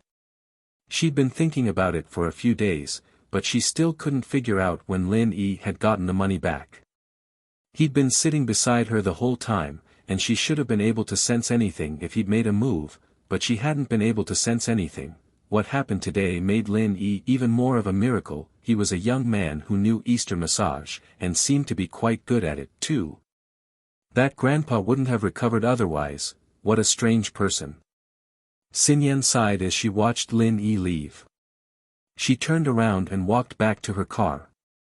If he hadn't come out with Meng Yao and Yushu, he really would have wanted to spend more time with Xin Yan, but the situation was different. Wouldn't the Chu girl explode if she saw him shopping with another pretty girl? He was here to carry her bags, after all. Lin Yi knew his place. "Where are you guys?" Lin Yi took out his phone and sent Yushu a text. It wasn't long before a reply came. "Pengzhan Department Store, 3rd floor, *** area." Ugh. Lin Yi sweated as he looked at the text. *** area. But wasn't this Pengzhan Department Store part of Pengzhan's business? The miss was visiting incognito. Lin Yi shook his head as he looked left and right. It wasn't long before he found the Pengzhan Department Store sign. He walked over quickly. The department store was quite sizable, and there were quite a number of brands inside. Some were international, some were domestic, but they were all high-end brands. There weren't even many mid-range brands. Lin Yi took the elevator up to the third floor. It was a good thing that the third floor wasn't just selling sex toys, there were also betting and the like. Lin Yi sent Yushu a text telling her that he'd arrived. He waited for a while, but Yushu didn't reply. Lin Yi didn't think much of it, he thought that she was trying out her *** when someone called out. "Shield bro. Over here." Lin Yi raised his head subconsciously to see Yushu waving at him from afar. But what was that in her hand? It looked like a *** black ***. Lin Yi sweated, only a weirdo like Yushu could do something like that, right? Lin Yi walked towards Yushu under everyone's shocked gazes. Lin Yi was too shameless to care about stuff like that, he'd even put on a trap for his mission back in the day. Lin Yi wasn't afraid of anything. Yushu was a little embarrassed to see Lin Yi walk over like that, but she quickly put away the *** she'd just bought when she saw the weird looks everyone was giving her. Even Meng Yao moved to the side as if she didn't know Lin Yi. Yushu was embarrassed. She didn't think too much about it, it was just a joke with Lin Yi, but she didn't think it'd cause such a huge reaction. "Shu, you're so embarrassing." Meng Yao's face darkened as she glared at Yushu. "How could you do that, Yao Yao? I didn't know everyone would be looking at us." Yushu said, feeling wronged as well. Fortunately, the people here weren't just there to watch the commotion. They only looked at Yushu for a while before going back to their own business. Lin Yi walked over to Yushu, her face still red. Lin Yi found it a little funny. "Are you guys done? Do you need me to carry anything?" "We're not even there yet, it's still early." Meng Yao thought back to how Lin Yi had gone to help a pretty girl deal with a car accident for no reason. She got a little pissed. "Hold these *** for me." "Wah." Lin Yi froze. Holding the ****. Lin Yi was a thick-skinned guy, but holding a *** behind two pretty girls like that wasn't a pretty sight, was it? However, Lin Yi let out a sigh of relief when Meng Yao handed the bag over. Other than the *** brand, there wasn't anything special about it. "Where's yours?" Lin Yi turned to Yushu after taking Meng Yao's bag. "Here." Yushu had already put the *** into the bag and passed it to Lin Yi. And so, Shield Bro followed the two girls from afar. When the two returned, Lin Yi had more than 10 bags in his hands. Meng Yao suddenly remembered something. "Lin Yi, you haven't bought any clothes yet." "Me? Isn't this good?" Lin Yi didn't really care. "It's fine if you don't buy it." I have to. People will think that Shu and I are students if you wear a school uniform." Meng Yao said firmly.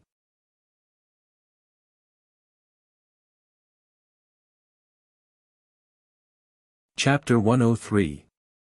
Fried mushrooms and gutter oil. Meng Yao's eyes lit up at the sight of Lin Yi walking out of the fitting room. Her impression of Lin Yi had changed quite a while ago, and Lin Yi looked a lot more handsome in his school uniform than when he was a laborer.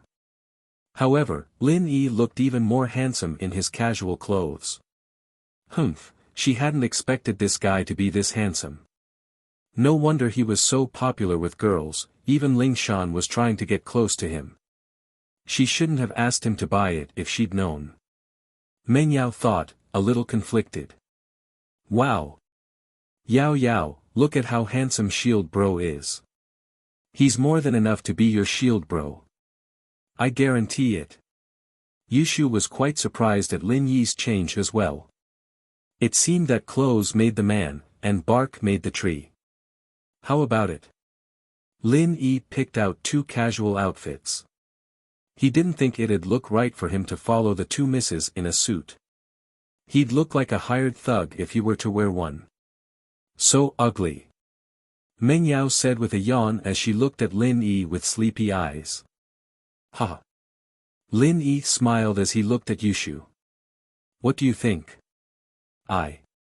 Yushu looked at Meng Yao, a little troubled. She felt a little guilty all of a sudden. I guess. All right then. Lin Yi said as he took out the card Faubert gave him. I'll do it, I told you I'd buy it for you. Meng Yao said, getting up from her chair and going to the counter. Lin Yi shrugged. There was no need to fight Meng Yao if she insisted. This wasn't the time to be a gentleman, after all. The money in his card was from Pengzhan, and the money in Meng Yao's card was from Pengzhan. The two were essentially the same, and it didn't matter whose card he swiped. We're done.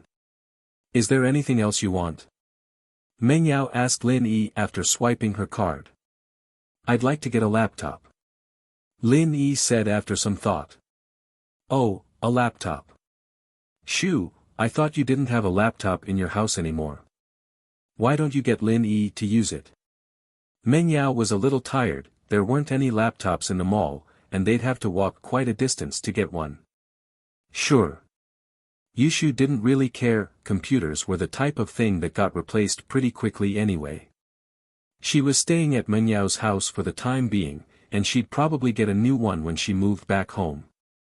She might as well give the computer to Lin Yi for now. Lin Yi didn't have any objections since both Meng Yao and Yushu said so. The three left the mall together, and Lin Yi looked at the long line of cars in front of the parking lot. Meng Yao wasn't a bad person. She wasn't afraid of getting a ticket, but with her status, all she had to do was call Faubert in advance. Even if the manager of the mall didn't want to park, he'd have to give her a parking spot. Meng Yao looked at the parking lot and gave the keys to Lin Yi. You're in charge of getting the car here. Lin Yi smiled bitterly as he took the keys. Neither of the cars had left, and Meng Yao wouldn't be able to move the car out of the parking lot. But it wasn't a problem for Lin Yi. He got in the car with the keys, and after a couple of shifts, the car was out. Lin Yi got out of the car and sat in the back seat. Meng Yao was a little pissed. You want me to be your driver? But I really don't have a license. Lin Yi said helplessly. What if I get detained for 15 days? Meng Yao was speechless. Who'd dare detain you if you and Ling Shan had that kind of relationship? She didn't say anything, though. She got into the driver's seat and started the car. Yao Yao, are we still going for fried mushrooms today?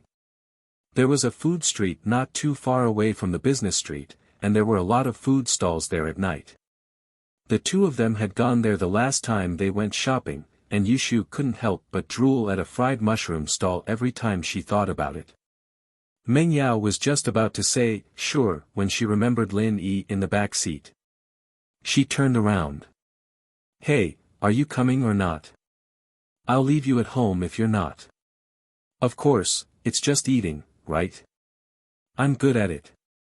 Lin Yi nodded seriously. Meng Yao didn't know what to say, there were all sorts of things in this world, but she'd never seen anyone boast about being an expert in eating like this. Meng Yao wanted to ask if this guy was good at taking a shit as well, other than eating. But that wasn't a pretty word, and Meng Yao didn't say it out loud since she was a girl. Ha, shield bro, we're really kindred spirits. I'm good at it too. Yushu said excitedly, as if it was fate. Meng Yao didn't know what to say. How embarrassing. It was too embarrassing. I like fried mushrooms, what about you? Yushu didn't see the look on Meng Yao's face as she chatted excitedly with Lin Yi. I like fried chicken. Lin Yi said. Ahem. Meng Yao couldn't take it anymore. Haven't you guys heard of gutter oil? Yeah, Yao Yao, but what does gutter oil have to do with fried mushrooms? Yushu asked, dumbfounded. Ugh. Meng Yao floored the gas pedal, and the S5 shot out.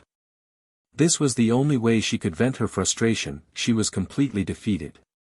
Lin Yi was a little puzzled. Yushu didn't seem like such an idiot, did she? Why didn't she know the connection between gutter oil and fried mushrooms? But Lin Yi understood that the girl was doing it on purpose when he saw that faint smile on her lips. There wasn't a parking spot on the street, and there were quite a few cars parked there as well. Meng Yao frowned. Finding a parking spot was the most annoying thing to her every time she went out. The number of private cars in Songshan had been increasing at an alarming rate for the past 2 years, and what depressed Meng Yao the most was the sudden increase in the number of private cars after she got her license. Stop. Meng Yao said to Lin Yi after getting out of the car. I'll go eat with Shu, you buy whatever you want, don't worry about us.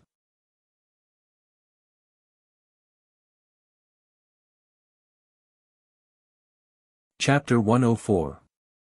Meeting Tang Yun again. Lin Yi leaned against the Audi S5 as he got out of the car, enjoying the bustling scene of the food street. How long has it been since I've enjoyed a life like this?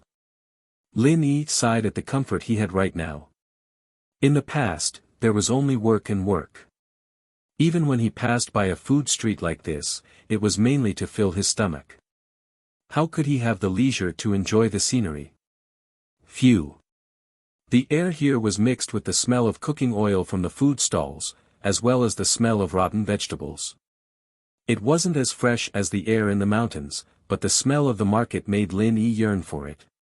When would the day come when he could also be like these ordinary people, shopping and eating snacks?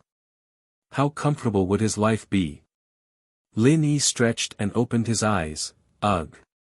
Lin Yi realized, to his surprise, that there was a mother and daughter walking in his direction.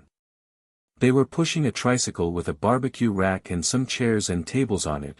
Who else could it be if not Tang Yun and her mother? Tang Yun obviously saw Lin Yi as well, but a trace of disdain flashed in her eyes. She turned her head away, not looking at him. Tang Yun's mother, on the other hand, didn't see Lin Yi as she continued talking to Tang Yun.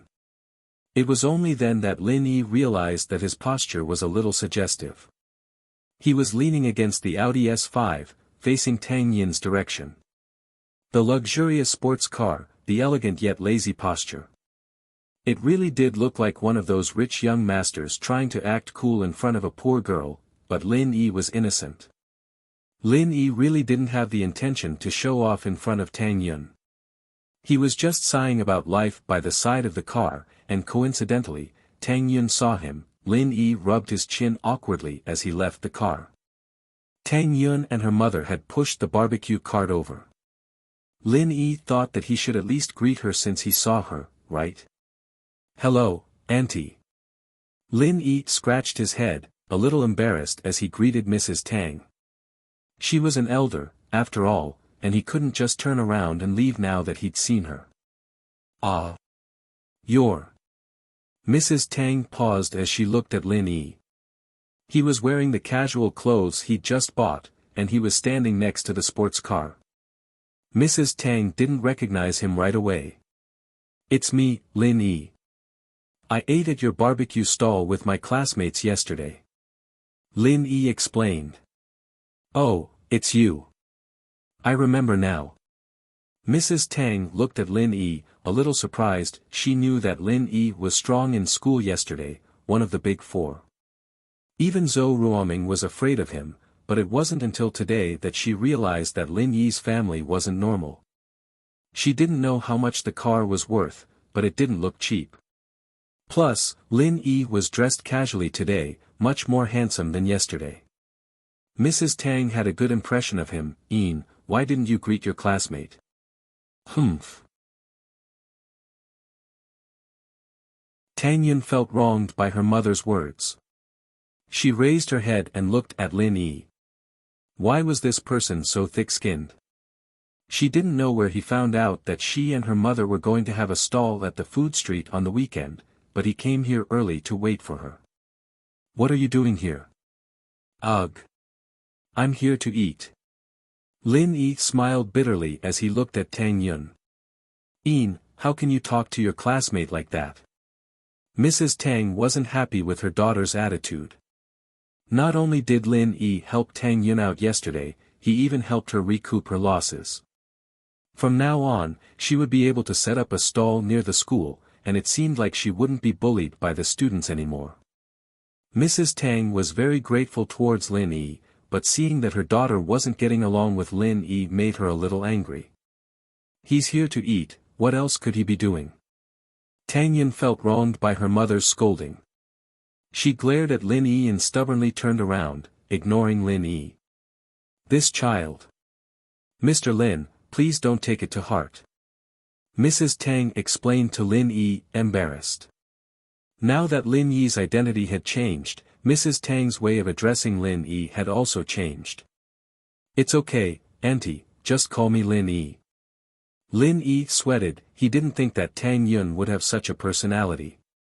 He hoped that she could maintain her personality. It wasn't easy for a girl born in a family like this to maintain a little bit of pride and self-esteem. This made Lin Yi have a good impression of Tang Yun. Mrs. Tang was clearly helpless towards her daughter. After saying a few words to Lin Yi, she pushed the cart with Tang Yun into the food street. Lin Yi shook his head and followed from afar. He didn't get too close, in case Tang Yun accused him of following her. Lin Yi bought 2 skewers of fried chicken and stuffed them into his mouth. This was an authentic street food that Lin Yi rarely had the chance to eat. He'd already forgotten how long it had been since he'd last eaten fried chicken. Lin Yi watched as Mrs. Tang set up a stall and started a fire. He didn't want to go over to them. Mrs. Tang's barbecue skills were pretty good, but Lin Yi didn't want to get glared at by Tang Yun. While they weren't paying attention, Lin Yi quickly made his way over and saw Meng Yao and Yushu at the end of the street. The two were sitting in front of a Shangxi liangpi stall, eating a bowl of liangpi together. The bowl was red, evidently a lot of chili had been put into it. Meng Yao took 2 bites, sticking her tongue out and fanning herself with her hand. It looked like she couldn't handle the spiciness. Yushu, on the other hand, was eating and drinking at the same time. Lin Yi calmed down after seeing that they were fine. He didn't want them to be embarrassed to eat again. They didn't know anyone here, so they were quite relaxed. Their table manners were a lot more aggressive than when they were at home. Boss, give me a bowl of wonton noodles. Lin Yi called out as he sat in front of a Zhangji wonton noodle stall not too far away. Sure. Bro. The boss responded with a smile when he saw a customer and went to make the wonton for Lin Yi. Lin Yi felt that none of the other street food could fill him up as much as this wonton noodle. After a few random snacks, Lin Yi decided to have a bowl of wonton noodles. Lin Yi's eyes followed Meng Yao and Yushu from the corner of his eyes as he ate the wonton noodles. The two came to a stall selling fried mushrooms. Yushu seemed to want to eat it, but Meng Yao didn't want to.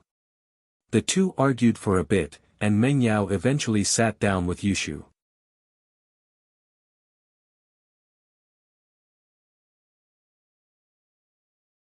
Chapter 105.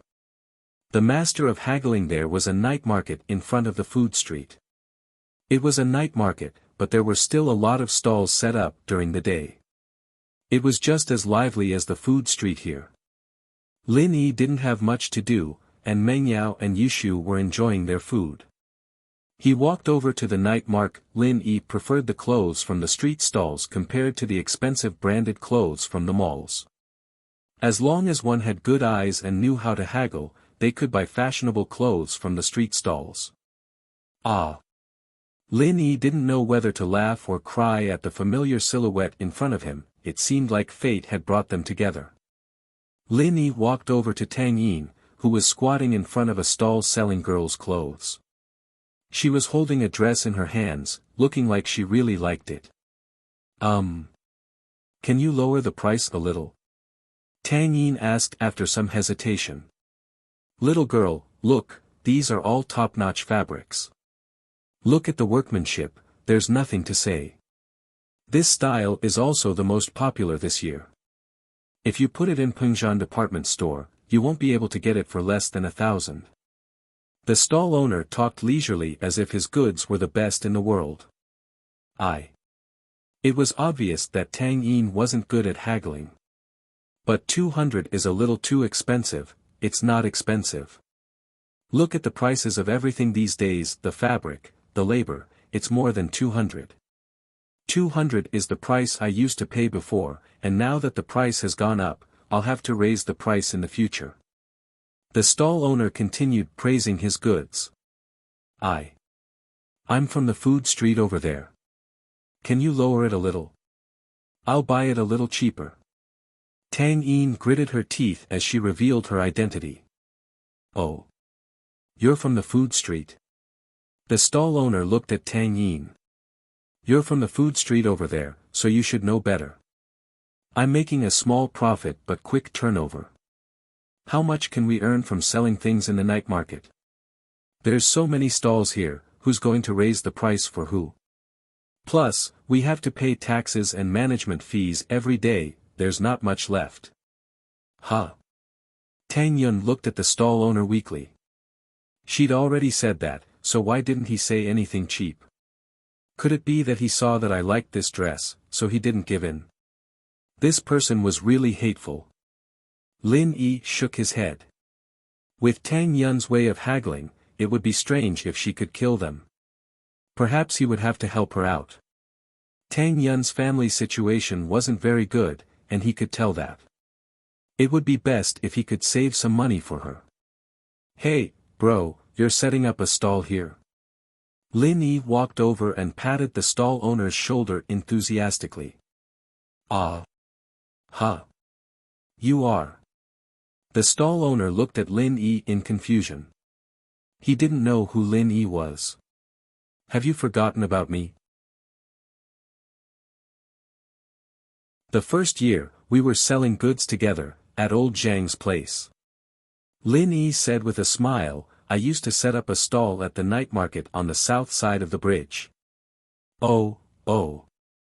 The stall owner listened to Lin Yi's words and nodded in realization, so it's you, little bro. I was wondering why you looked so familiar, how is it? How's business recently? Hey. Don't mention it, your sister-in-law is pregnant, I'm taking care of her at home, I don't have time to set up a stall.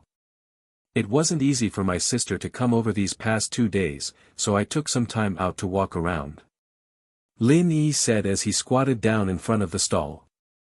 Tang Yun looked at Lin Yi chatting with the stall owner, stunned. When did he set up a stall at the south side of the bridge? When did he get a wife? She's pregnant. Wasn't he in school? Hey, pregnancy is a good thing, congratulations. The stall owner nodded at Lin Yi and congratulated him. In fact, he didn't even remember where he'd seen Lin Yi before, who knew which old Zhang was. He had so many places to sell goods, there were at least 3 to 5 people with the surname Zhang. However, Lin Yi was so familiar with him, and they were in the same trade, it was obvious that they'd met before, he didn't remember him. The stall owner was a bit embarrassed, but he couldn't say it out loud, he could only pretend to suddenly remember and chat with Lin Yi. Hey, don't mention it, my wife loves to look pretty, she even wants me to buy things for her when she's pregnant, Lin Yi said, she wants me to buy some makeup and clothes for the summer. I was going to old Zhang's place, but I bumped into you, I'll just pick 2 from your stall. No problem. The stall owner said enthusiastically, you still have a long way to go to the wholesale market, just pick 2 from here, we can't take your money, we all know how much these things cost. Okay, then I'll pick 2. Lin Yi said as he picked up the dress Tang Yun was looking at, and then picked a pair of men's shorts to wear. After choosing, he said to the stall owner, I'll take these 2. Oh. The stall owner looked at it and said, that dress is 45 yuan, that pair of shorts is 12 yuan, a total of 57 yuan. I'll give you 60 yuan, I still have the fare to go to the wholesale market, I can't let you come for free. Lin Yi took out 60 yuan from his pocket and handed it to the stall owner. How can I do that, we're in the same trade. The stall owner waved his hand, it's a small business, sister-in-law is pregnant, it's embarrassing enough that I didn't give her a gift, how can I make money? Huh, bro, if you do that, I won't dare to come next time. 60, 60 it is. Is that okay? Lin Yi waved his hand, pretending to be angry. Okay. 60 it is.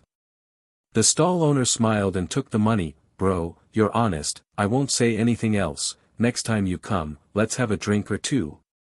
No problem. Lin Yi nodded and stood up. Bro, I'll be leaving first.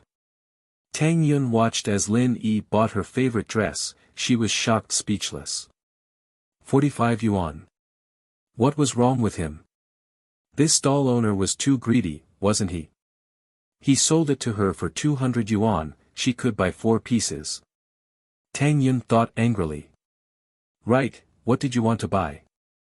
The stall owner sent Lin Yi away with a smile, then remembered that there was a buyer here, so he asked. That dress just now, do you still have it? Tang Yun asked. No, that's the only one. The stall owner shook his head. Then why did you sell it to him for 45 and me for 200? Tang Yun couldn't help but ask, this stall owner was too dishonest. He's in the same trade, I'm willing to sell it to him for 45, what's wrong, can't I? The stall owner saw that Tang Yun was dawdling for a long time, he was getting impatient. If it wasn't for the fact that she was pretty, he would have ignored her already. Him? He's in the same trade as you? Tang Yun looked at the stall owner strangely. Yes, why? Are you buying it or not? The stall owner frowned, wondering why this little girl was so troublesome. She didn't want to buy anything, yet she kept asking questions here and there. It would be a misunderstanding when his wife came back later.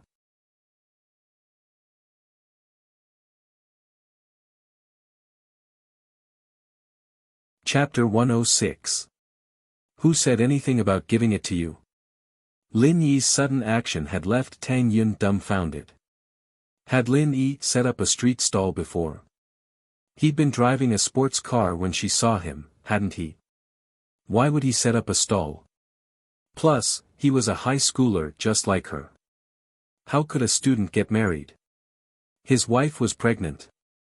Tang Yun rubbed her eyes. Was it because she'd been too tired these past 2 days, and this Lin Yi was too much of a jerk that she was hallucinating? How else could she have bumped into Lin Yi in a place like this? But no matter what, it didn't matter if that person was Lin Yi or not. Tang Yun still felt that he was a jerk. She'd set her eyes on the dress first, but he'd bought it before she could discuss the price. Damn it! Tang Yun lowered her head and walked towards the food street. She'd finally made up her mind to buy 2 new sets of clothes, but, Tang Yun took 2 steps and almost bumped into someone in front of her. She jumped back subconsciously and looked up to see Lin Yi standing in front of her with a smile on his face. You! What are you doing here? Trying to scare me? Here's the dress. Lin Yi handed the dress to Tang Yun. You're not buying it for your wife? Tang Yun frowned, not understanding what Lin Yi was getting at. It's just a way to haggle. I don't have a wife, I'm just trying to get the price out of him. Lin Yi shrugged. You don't know how to haggle, and I'm afraid that someone's going to rip you off. Oh. Tang Yun finally understood why Lin Yi was talking like that. It was just a haggle. So, his intention in buying this dress is to give it to me? Tang Yin grew more and more annoyed at the thought of that possibility. Of course she wouldn't accept the dress Lin Yi had given her.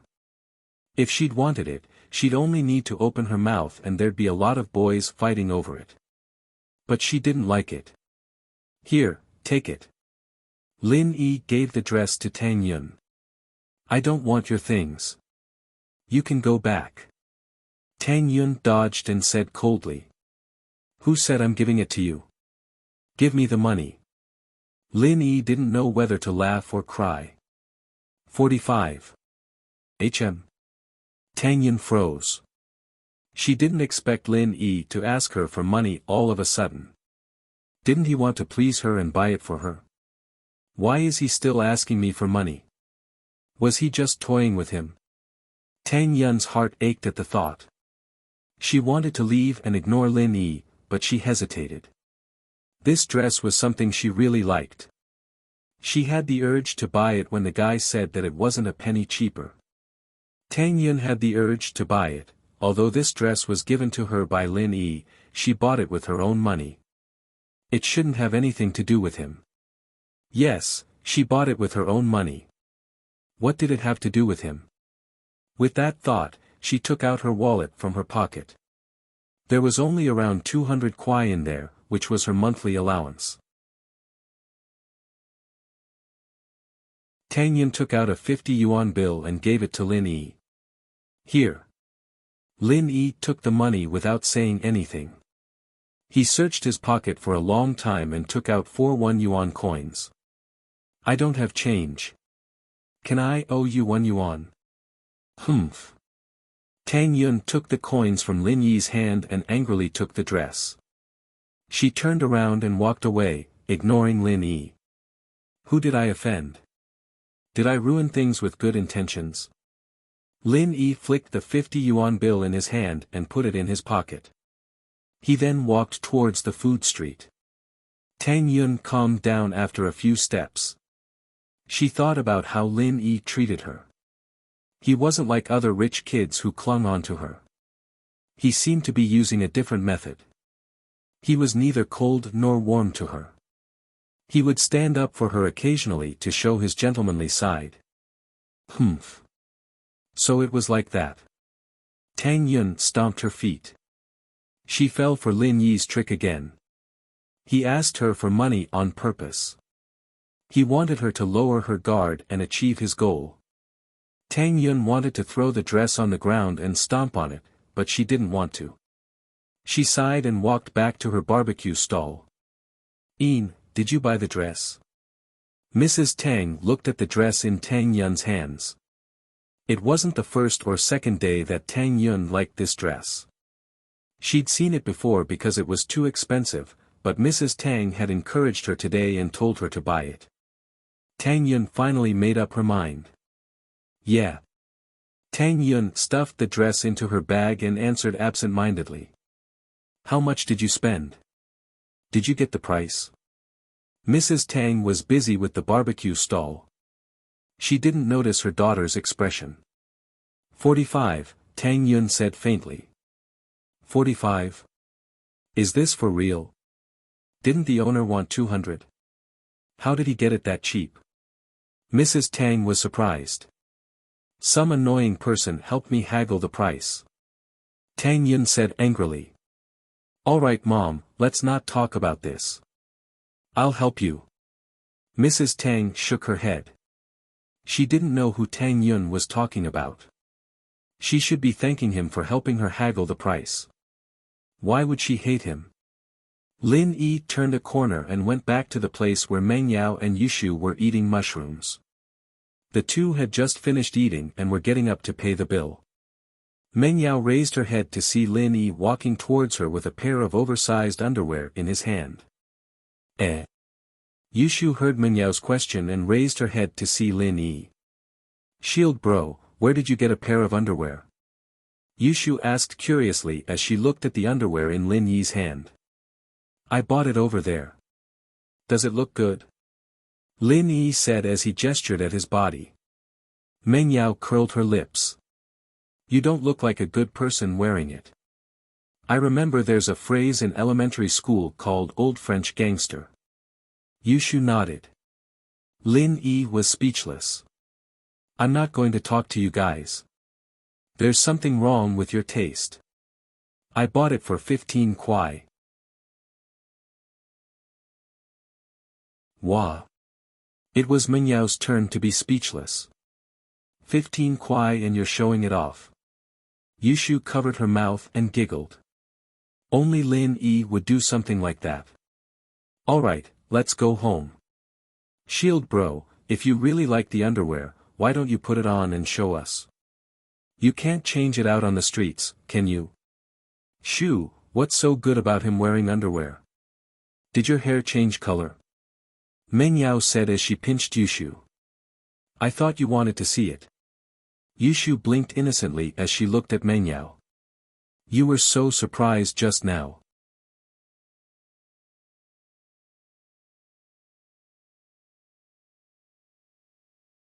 Chapter 107. Will Semingyao was just about to call Lin Yi over to the food street when she noticed something with a frown on her face. Who parked their car here? What's wrong with their manners? Lin Yi saw it as well. Menyao's Audi S5 was surrounded by a couple of sports cars, but the cars weren't very high-end. There was a Geely Jaguar, a Hyundai Royale, and an Audi TT, the best of which was a grade lower than the Audi S5. A couple of fashionably dressed young men started whistling as they saw Lin Yi, Mengyao, and Yushu walk over. Your car. Lin Yi looked at them, guessing that the car they were surrounding belonged to them. There was no way they'd show up here so coincidentally otherwise. Bro, is that your car? A fashionably dressed young man asked Lin Yi as he looked at the Audi S5. Move your car. Lin Yi didn't answer his question, instead giving the order with a dark face. What are you talking about? One of the girls pushed the young man away. It's just an S5, right? It's not like I can't afford it. I saw you're the latest model, so I wanted to talk to you. The car's mine, who the hell are you? Don't block the road. I'll call the cops. Mengyao frowned, not really interested in the girl. She'd run into things like this before, but she'd always call the cops to resolve it. This car's not yours. The girl looked at the keys in Lin Yi's hand curiously. Driver? Doesn't look like it. You're her toy boy, aren't you? Fuck off. Mengyao exploded. Did this person know how to talk? What did she mean by toy boy? Couldn't he tell that he was her fighter? Lin Yi, get them out of here. Ugh. Lin Yi smiled bitterly. Did you hear that? My miss is telling you to leave. Your family's young miss. The delinquent girl was stunned. Oh, I understand. So you're a bodyguard. Lin Yi didn't explain much and just nodded. Boring. You're quite handsome. I thought you were a young master. The girl turned around and looked at Mengyao. Since the car's yours, let's have a race. Do you dare? Is there something wrong with him? Compete in what? I'm not an idiot, why would I race? Mengyao said. Why didn't you move the car? I called the police and asked them to tow the car. Tisk, do you want to fight? The girl looked at Mengyao in disdain. It's not like you can't stop here. So what if the police come? Lin Yi, you take care of this. Mengyao pointed at Lin Yi, pissed off. Me? Lin Yi pointed at himself. But since the miss had spoken, if Shield Bro didn't act now, when would he act? Lin Yi took 2 steps forward. Are you guys not going to move the car? Lin Yi didn't want to be rough with these rich young masters and misses. Most of them weren't bad people, but they lacked discipline in their families. That was why they were rebellious. They were different from the gangsters in the society. These people were just looking for excitement, while gangsters made a living by causing trouble. So what if we don't move? The girl put her hands on her waist. Which car is yours? Lin Yi looked at her faintly, a smile on his face. This one. What do you think? The girl pointed at the Audi TT in front of the S5. Lin Yi looked at the Audi TT and smiled faintly. This girl was obviously the leader of the group, and her identity was definitely not as simple as the others. Sports cars like Geely and Hyundai could generally be afforded by any well-off family. It was not a big deal. Although the lowest configuration of an Audi TT was only about 500,000 yuan, one could tell from the car's license plate that the girl's family was definitely not simple. The license plate of the Audi TT was ATT000. No wonder the girl was so arrogant. However, Lin Yi didn't care. As long as he didn't cross the line, even if the girl's family was powerful, he wouldn't mess with her. And from the car that the girl drove, it could be seen that her family wanted her to keep a low profile. This car plate was probably bought by someone else in the family or a friend to please the girl.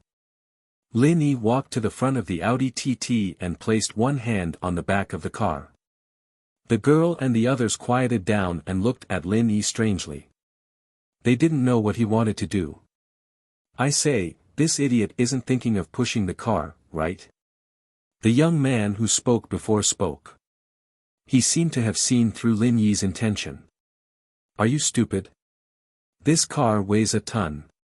The handbrake has been pulled up. Can you push it?" Lin Yi didn't pay attention to him.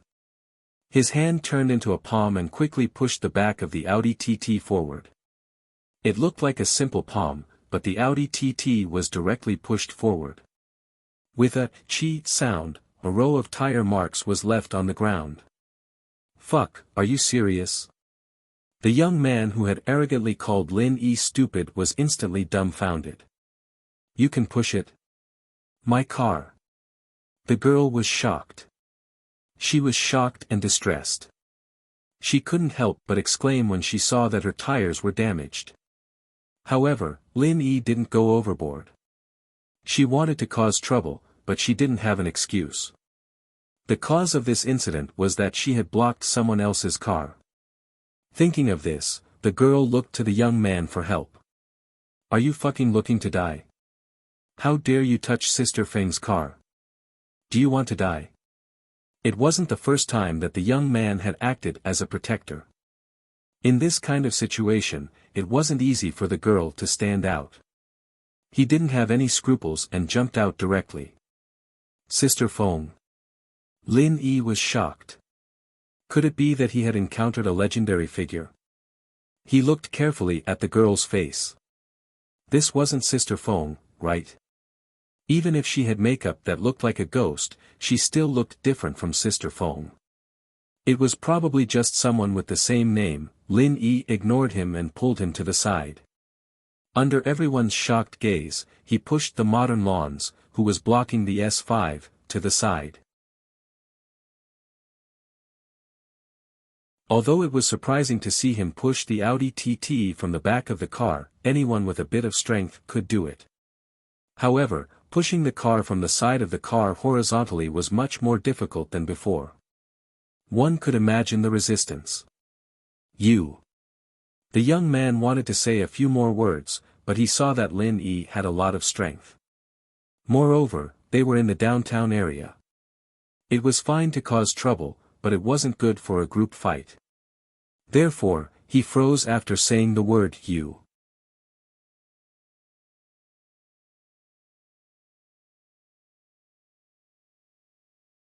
Chapter 108.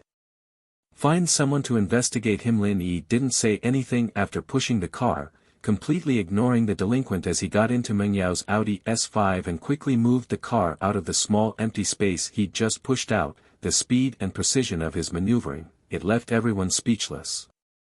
The empty space Lin Yi had pushed out wasn't big, just enough for a car to pass through. In other words, the distance between the cars on the left and right sides was less than 2 centimeters. It was hard for normal people to maneuver at that distance, and the slightest deviation would cause a collision, but Lin Yi had moved the car out without any effort at all, and it was so fast that it didn't seem like he'd even consider the possibility of scraping the cars nearby. A master. This guy was actually a master at driving. Xiao Xiao, the delinquent girl from before, felt her heart skip a beat. She'd thought that this guy was just someone with a bit more strength and a bit more handsome, someone who'd caught the eye of a rich young miss as a bodyguard. She hadn't expected him to be this good at driving as well. Xiao Xiao frowned. She hadn't hired a personal bodyguard herself, but she knew the market for one.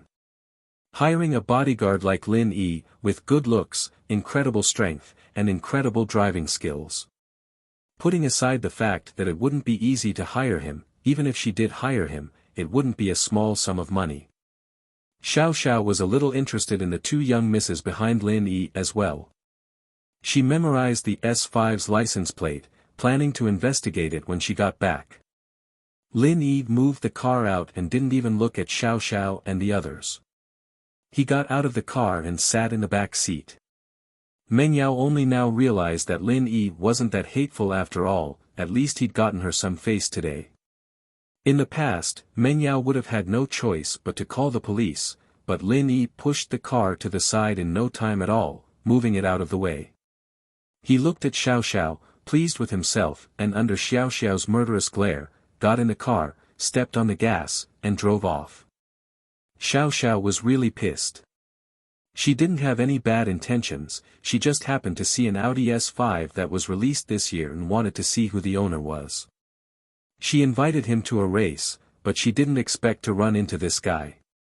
The car didn't belong to Lin Yi, but to Xiao Xiao, Lin Yi was even more despicable than the Mississippi. He was just a lackey for a rich miss. He was quite handsome and looked quite stylish when he pushed the cart. His driving skills were even better. However, he was a lackey, and he was still so proud of himself. Thinking that she was being bullied by someone else's lackey, Xiao Xiao was even more pissed off. What the hell was this? Even someone else's servant was bullying him. Humph, the next time I see you, I'll let you know how powerful I am. Foam sis. What do you think? The young man didn't know what to say. After all, someone who could afford an Audi S5 wasn't a normal person. Ignorance was bliss, after all, but his family did have some business dealings, and some of them were in the political world. They weren't that powerful, but they'd been in contact with Songshan's upper-class society before. They were people who knew the severity of the situation, and it wasn't wise to make enemies without knowing who the other party was. Their old man had some power, but it was only a so-so. If they really pissed off someone powerful, they'd be in big trouble. If it were a normal person, the young man would have brought his men to give Lin Yi a good beating in order to please Xiao Xiao. But as the saying went, you had to look at the owner before you hit the dog, and Meng Yao was obviously not some lowly person. The young man didn't dare act rashly, in case he dragged his old man into the mess. What are you looking at? Let's go. Xiao Xiao humphed coldly, pissed off. Boring. Feng sis, should I get someone to look into that kid? The young man wasn't stupid, he knew that Meng Yao wasn't someone to be messed with, so he cleverly turned his attention to Lin Yi. As far as he was concerned, as long as Lin Yi wasn't with Meng Yao, it wouldn't matter. It was just a servant, they could do whatever they wanted with him. Even if something really did happen, even if the other party had some power, they wouldn't make a big deal out of a servant's family.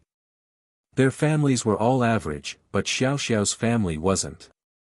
Go, and check the license plate of her Audi S5, Songshan AS 5555. Not a bad brand. Xiao Xiao humphed, agreeing with the young man's actions. Got it, Feng sis, I'll get someone to check it right now. The young man nodded and took out his phone to make a call.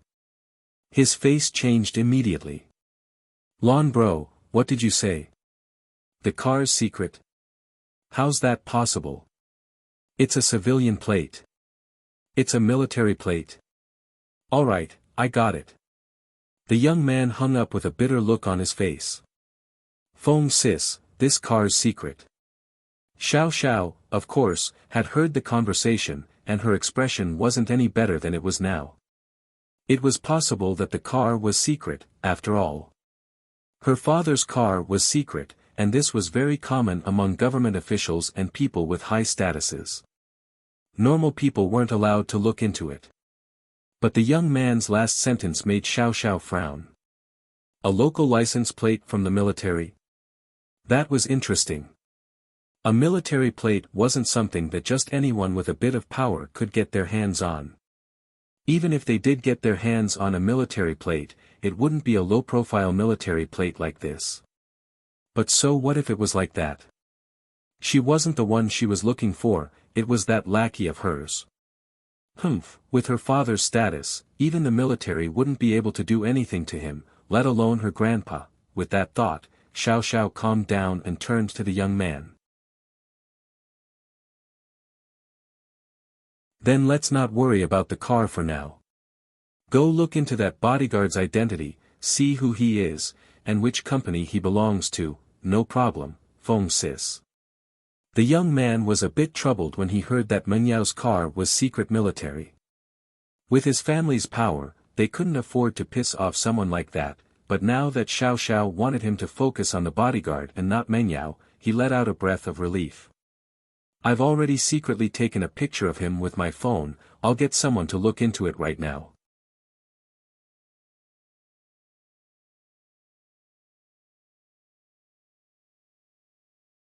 Chapter 109. He'd die if he kept practicing Lin Yi. Naturally, didn't think much of the kids from before. He was only a high schooler himself, but these kids were just like Pinliang and Zhou Ruoming back at school, childish beyond belief. Hey, I'll get Faubert to get you a driver's license when we get back, and we'll get a car too. You'll be driving next time, alright? Meng Yao said as she glanced at Lin Yi in the rearview mirror. Lin Yi was deep in thought. He didn't pay attention to what Meng Yao was saying, assuming that she was talking to Yushu. Meng Yao was a little pissed off at Lin Yi's ignoring her. Hey, I'm talking to you. Me? Lin Yi snapped out of it. Miss, you're calling me? Of course I'm calling you. What else am I supposed to call Shu? Meng Yao was driving, and didn't have the time to glare at Lin Yi. Oh, I'd be more than happy to say yes if you called me uncle. Lin Yi said with a smirk. Meng Yao blinked, realizing what Lin Yi was getting at. She slammed on the brakes in frustration. Ah! Yushu didn't react in time, and almost crashed into the windshield. Yao Yao, what are you doing? Ugh! I'm sorry. Meng Yao gritted her teeth at the sight of Lin Yi and scathed. She'd wanted to stop the car and shake Lin Yi a little, but Yushu was the one who'd almost gotten hurt. Lin Yi. Meng Yao was a little pissed as she turned to glare at Lin Yi. Did you hear what I said to you just now? What did you say? Lin Yi didn't hear what Meng Yao was talking about, thinking that she was talking to Yushu. He didn't pay much attention. It's nothing. Meng Yao didn't want to waste any more time with Lin Yi. She thought, my dad hired you anyway, you'll drive if I tell you to. I don't need to discuss anything with you. Oh. Lin Yi didn't think much of it, thinking that Meng Yao was throwing a tantrum. Meng Yao pulled Yushu upstairs with a huff when they got back to the villa. Meng Yao thought that Lin Yi was a bastard, that follower of her daddy's, and yet he was acting like that. Lin Yi naturally didn't take it seriously. She was a young lady, so it was normal for her to have a temper. She was too gentle to him, and it caused trouble instead. Today, after washing up, Lin Yi couldn't wait to fall asleep. He wanted to find Zhao Lao and ask him about energy. It was the first time that Lin Yi knew that energy could save people. He had thought that the energy in his body would only be effective for him, but he didn't expect that it could also help others. You're here. Zhao Lao was the same as yesterday, standing quietly in the Jade's virtual space. Zhao Lao. Lin Yi was a little excited when he saw Zhao Lao. Zhao Lao, what's with the energy in my body? How can it help others? Everything in this world needs energy to survive, but the way they absorb it is different. For example, humans and animals absorb energy from food, while plants absorb water and nutrients from the soil. You, on the other hand, can absorb energy from nature. Jiao Yazi explained. The energy you absorb is a little more complicated than the energy your body transforms, but it's similar in nature. This energy is effective for you, so it's naturally effective for others as well. It's just that you can convert it, but others can't. They can only use you as a carrier to absorb the energy you convert. So you're saying that the energy in my body can be transferred to others at any time? Lin Yi was a little excited when he heard this. If that was the case, others didn't need to cultivate and could also absorb the energy in his body to achieve the same goal. That's naturally impossible. Jiao Lao's words poured cold water over Lin Yi's head. At least after I studied the first level of the art of dragon mastery, I realized that it's impossible. I don't know whether the next few levels are possible, because I haven't seen the specific cultivation method, so I can't say for sure. Then what happened today? Lin Yi was instantly disappointed when he heard Jiao Lao's words. I've told you about what happened today. The reason why the old man was able to absorb the energy you released to him was because the energy in his body was no longer enough to maintain his normal cardiac power. Under such special circumstances, the energy in your body could only be used by him. Jiao Lao said, under normal circumstances, the energy in an ordinary person's body is already enough to maintain the work of the entire body's organs, so there's no need for your energy. My explanation may not be very clear, because the cultivation method was left by Martial Uncle, and I only know a little about it. Although Jiao Lao's explanation was a little complicated, Lin Yi still understood what Jiao Lao meant. Under normal circumstances, his energy would be ineffective for ordinary people. It would only work in an emergency. In other words, only when some parts of the body have problems will the energy be effective for ordinary people? Lin Yi asked. You can say that, but this effect is only to maintain the work. It's impossible to restore these damaged organs. Jiao Yazi said, this is what I said today. It's not a problem for you to save him, but it's impossible to cure him. I have other ways to cure him. Through acupuncture and decoction of traditional Chinese medicine, he can slowly recuperate. Lin Yi didn't feel disappointed this time. As long as he could save him, it was already amazing. He just needed to maintain it first and think of other ways slowly. However, he was not related to the old man today, so there was no need for him to take the initiative to give him follow-up treatment. If he was too enthusiastic, it would make people think that he had ulterior motives. Lin Yi got the answer he wanted, so he calmed down and prepared to continue his cultivation. However, just when he entered the state of cultivation, he was interrupted by Jiao Lao. I say, Lin Yi, what are you doing? Jiao Lao frowned and asked. Cultivating. Lin Yi looked at Jiao Lao with some doubts. Can't he see what I'm doing?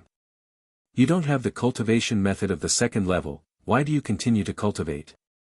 Don't you know that if there is too much energy in the body, without the correct cultivation method to guide it, it is easy to explode and die? Jiao Lao stared at Lin Yi with an expression of, are you a fool? Ugh. Lin Yi was shocked. I didn't expect there to be such a saying. Fortunately, I established a connection with Jiao Lao early. Otherwise, if I accidentally broke through the first level of cultivation outside, I might really explode and die if I continue to cultivate. But, didn't I waste some energy to save the old man today? Lin Yi was a little embarrassed. Don't I need to make up for it?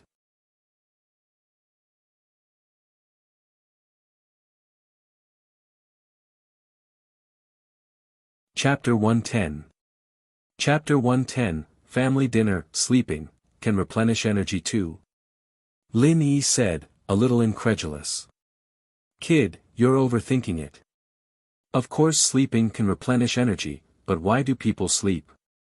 Do they have nothing better to do? Isn't it to replenish energy? You're the same. You've trained in the art of dragon mastery, but you're still a human at heart, you haven't mutated. Jiao Yazi said as he looked at Lin Yi with a pitiful gaze. Don't overcomplicate things, it's actually very simple, even kids understand. Ugh. I see. Lin Yi's face reddened a little. Jiao Lao's words weren't unreasonable, but he was overthinking things. That's right. Jiao Lao nodded. Go to sleep, it looks like you haven't slept in a while. Poor kid, poor thing, Lin Yi fell into a deep slumber that night, it was the best sleep he'd had since he'd left the cave. So sleeping really did replenish energy.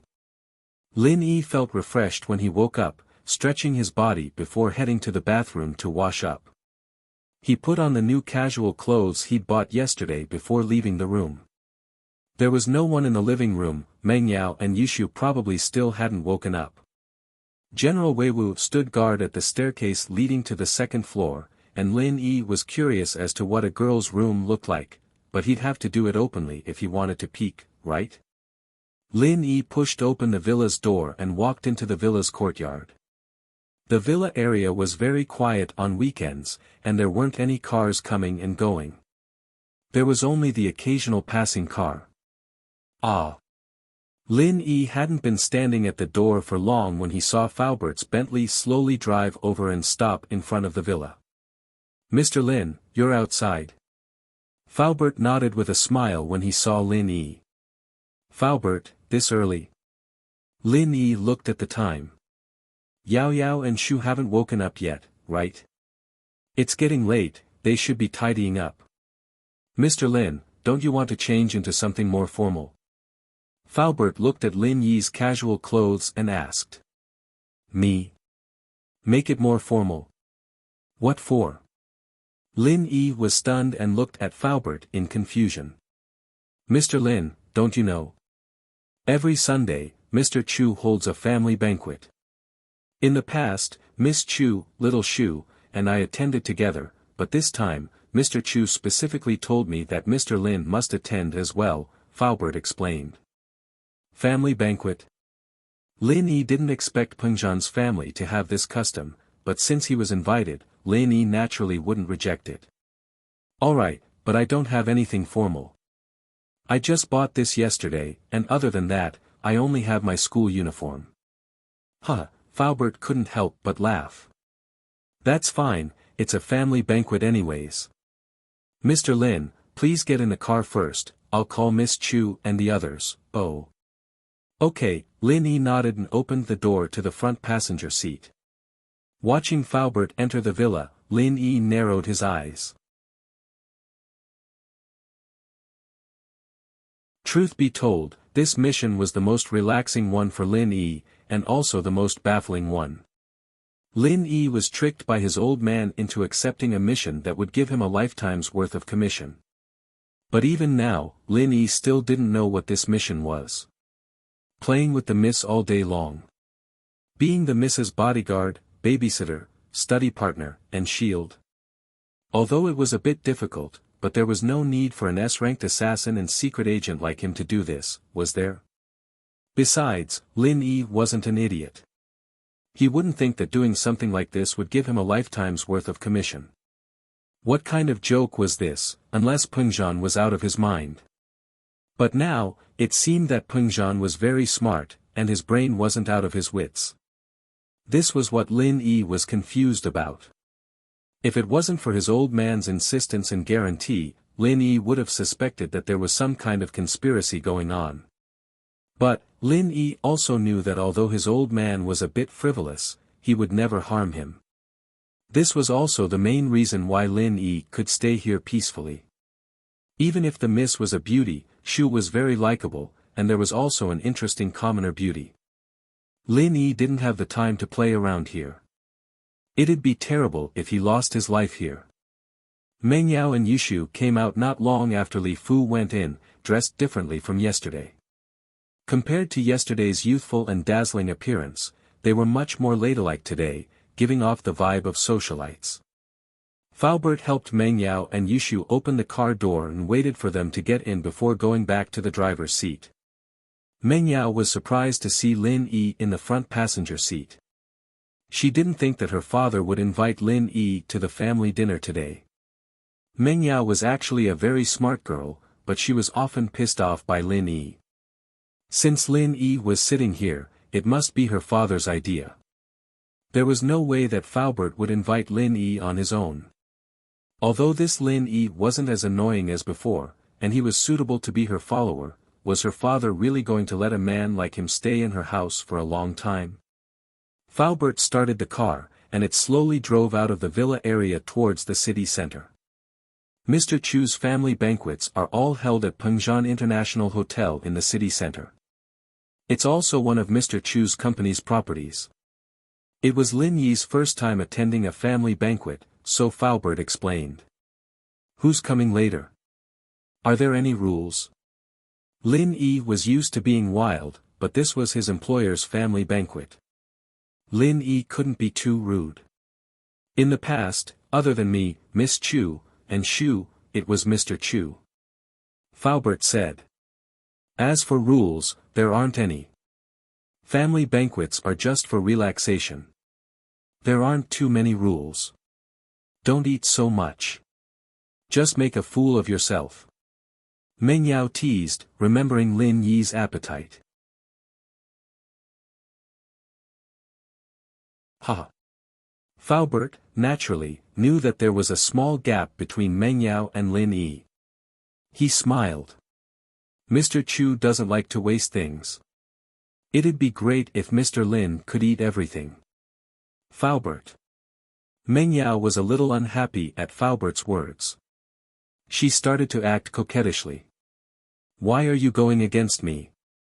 Meng Yao was just saying it casually. She knew what kind of person her father was. Faubert was right. She was just making fun of Lin Yi. She didn't think too much about it. Now that Faubert saw through her, she felt a little embarrassed. Miss Chu, this old man can't talk about Mr. Chu's habits behind his back. I can only tell the truth. Faubert smiled. You're tuning into the Han Li's Wuxia Chronicles YouTube channel. We're so grateful for your support, and don't forget to subscribe to join us on this incredible journey through captivating stories. Your generosity through donations truly makes a world of difference, as it's the primary source of revenue that allows me to expand and enhance this channel for you. Thank you from the bottom of my heart for being a part of this adventure.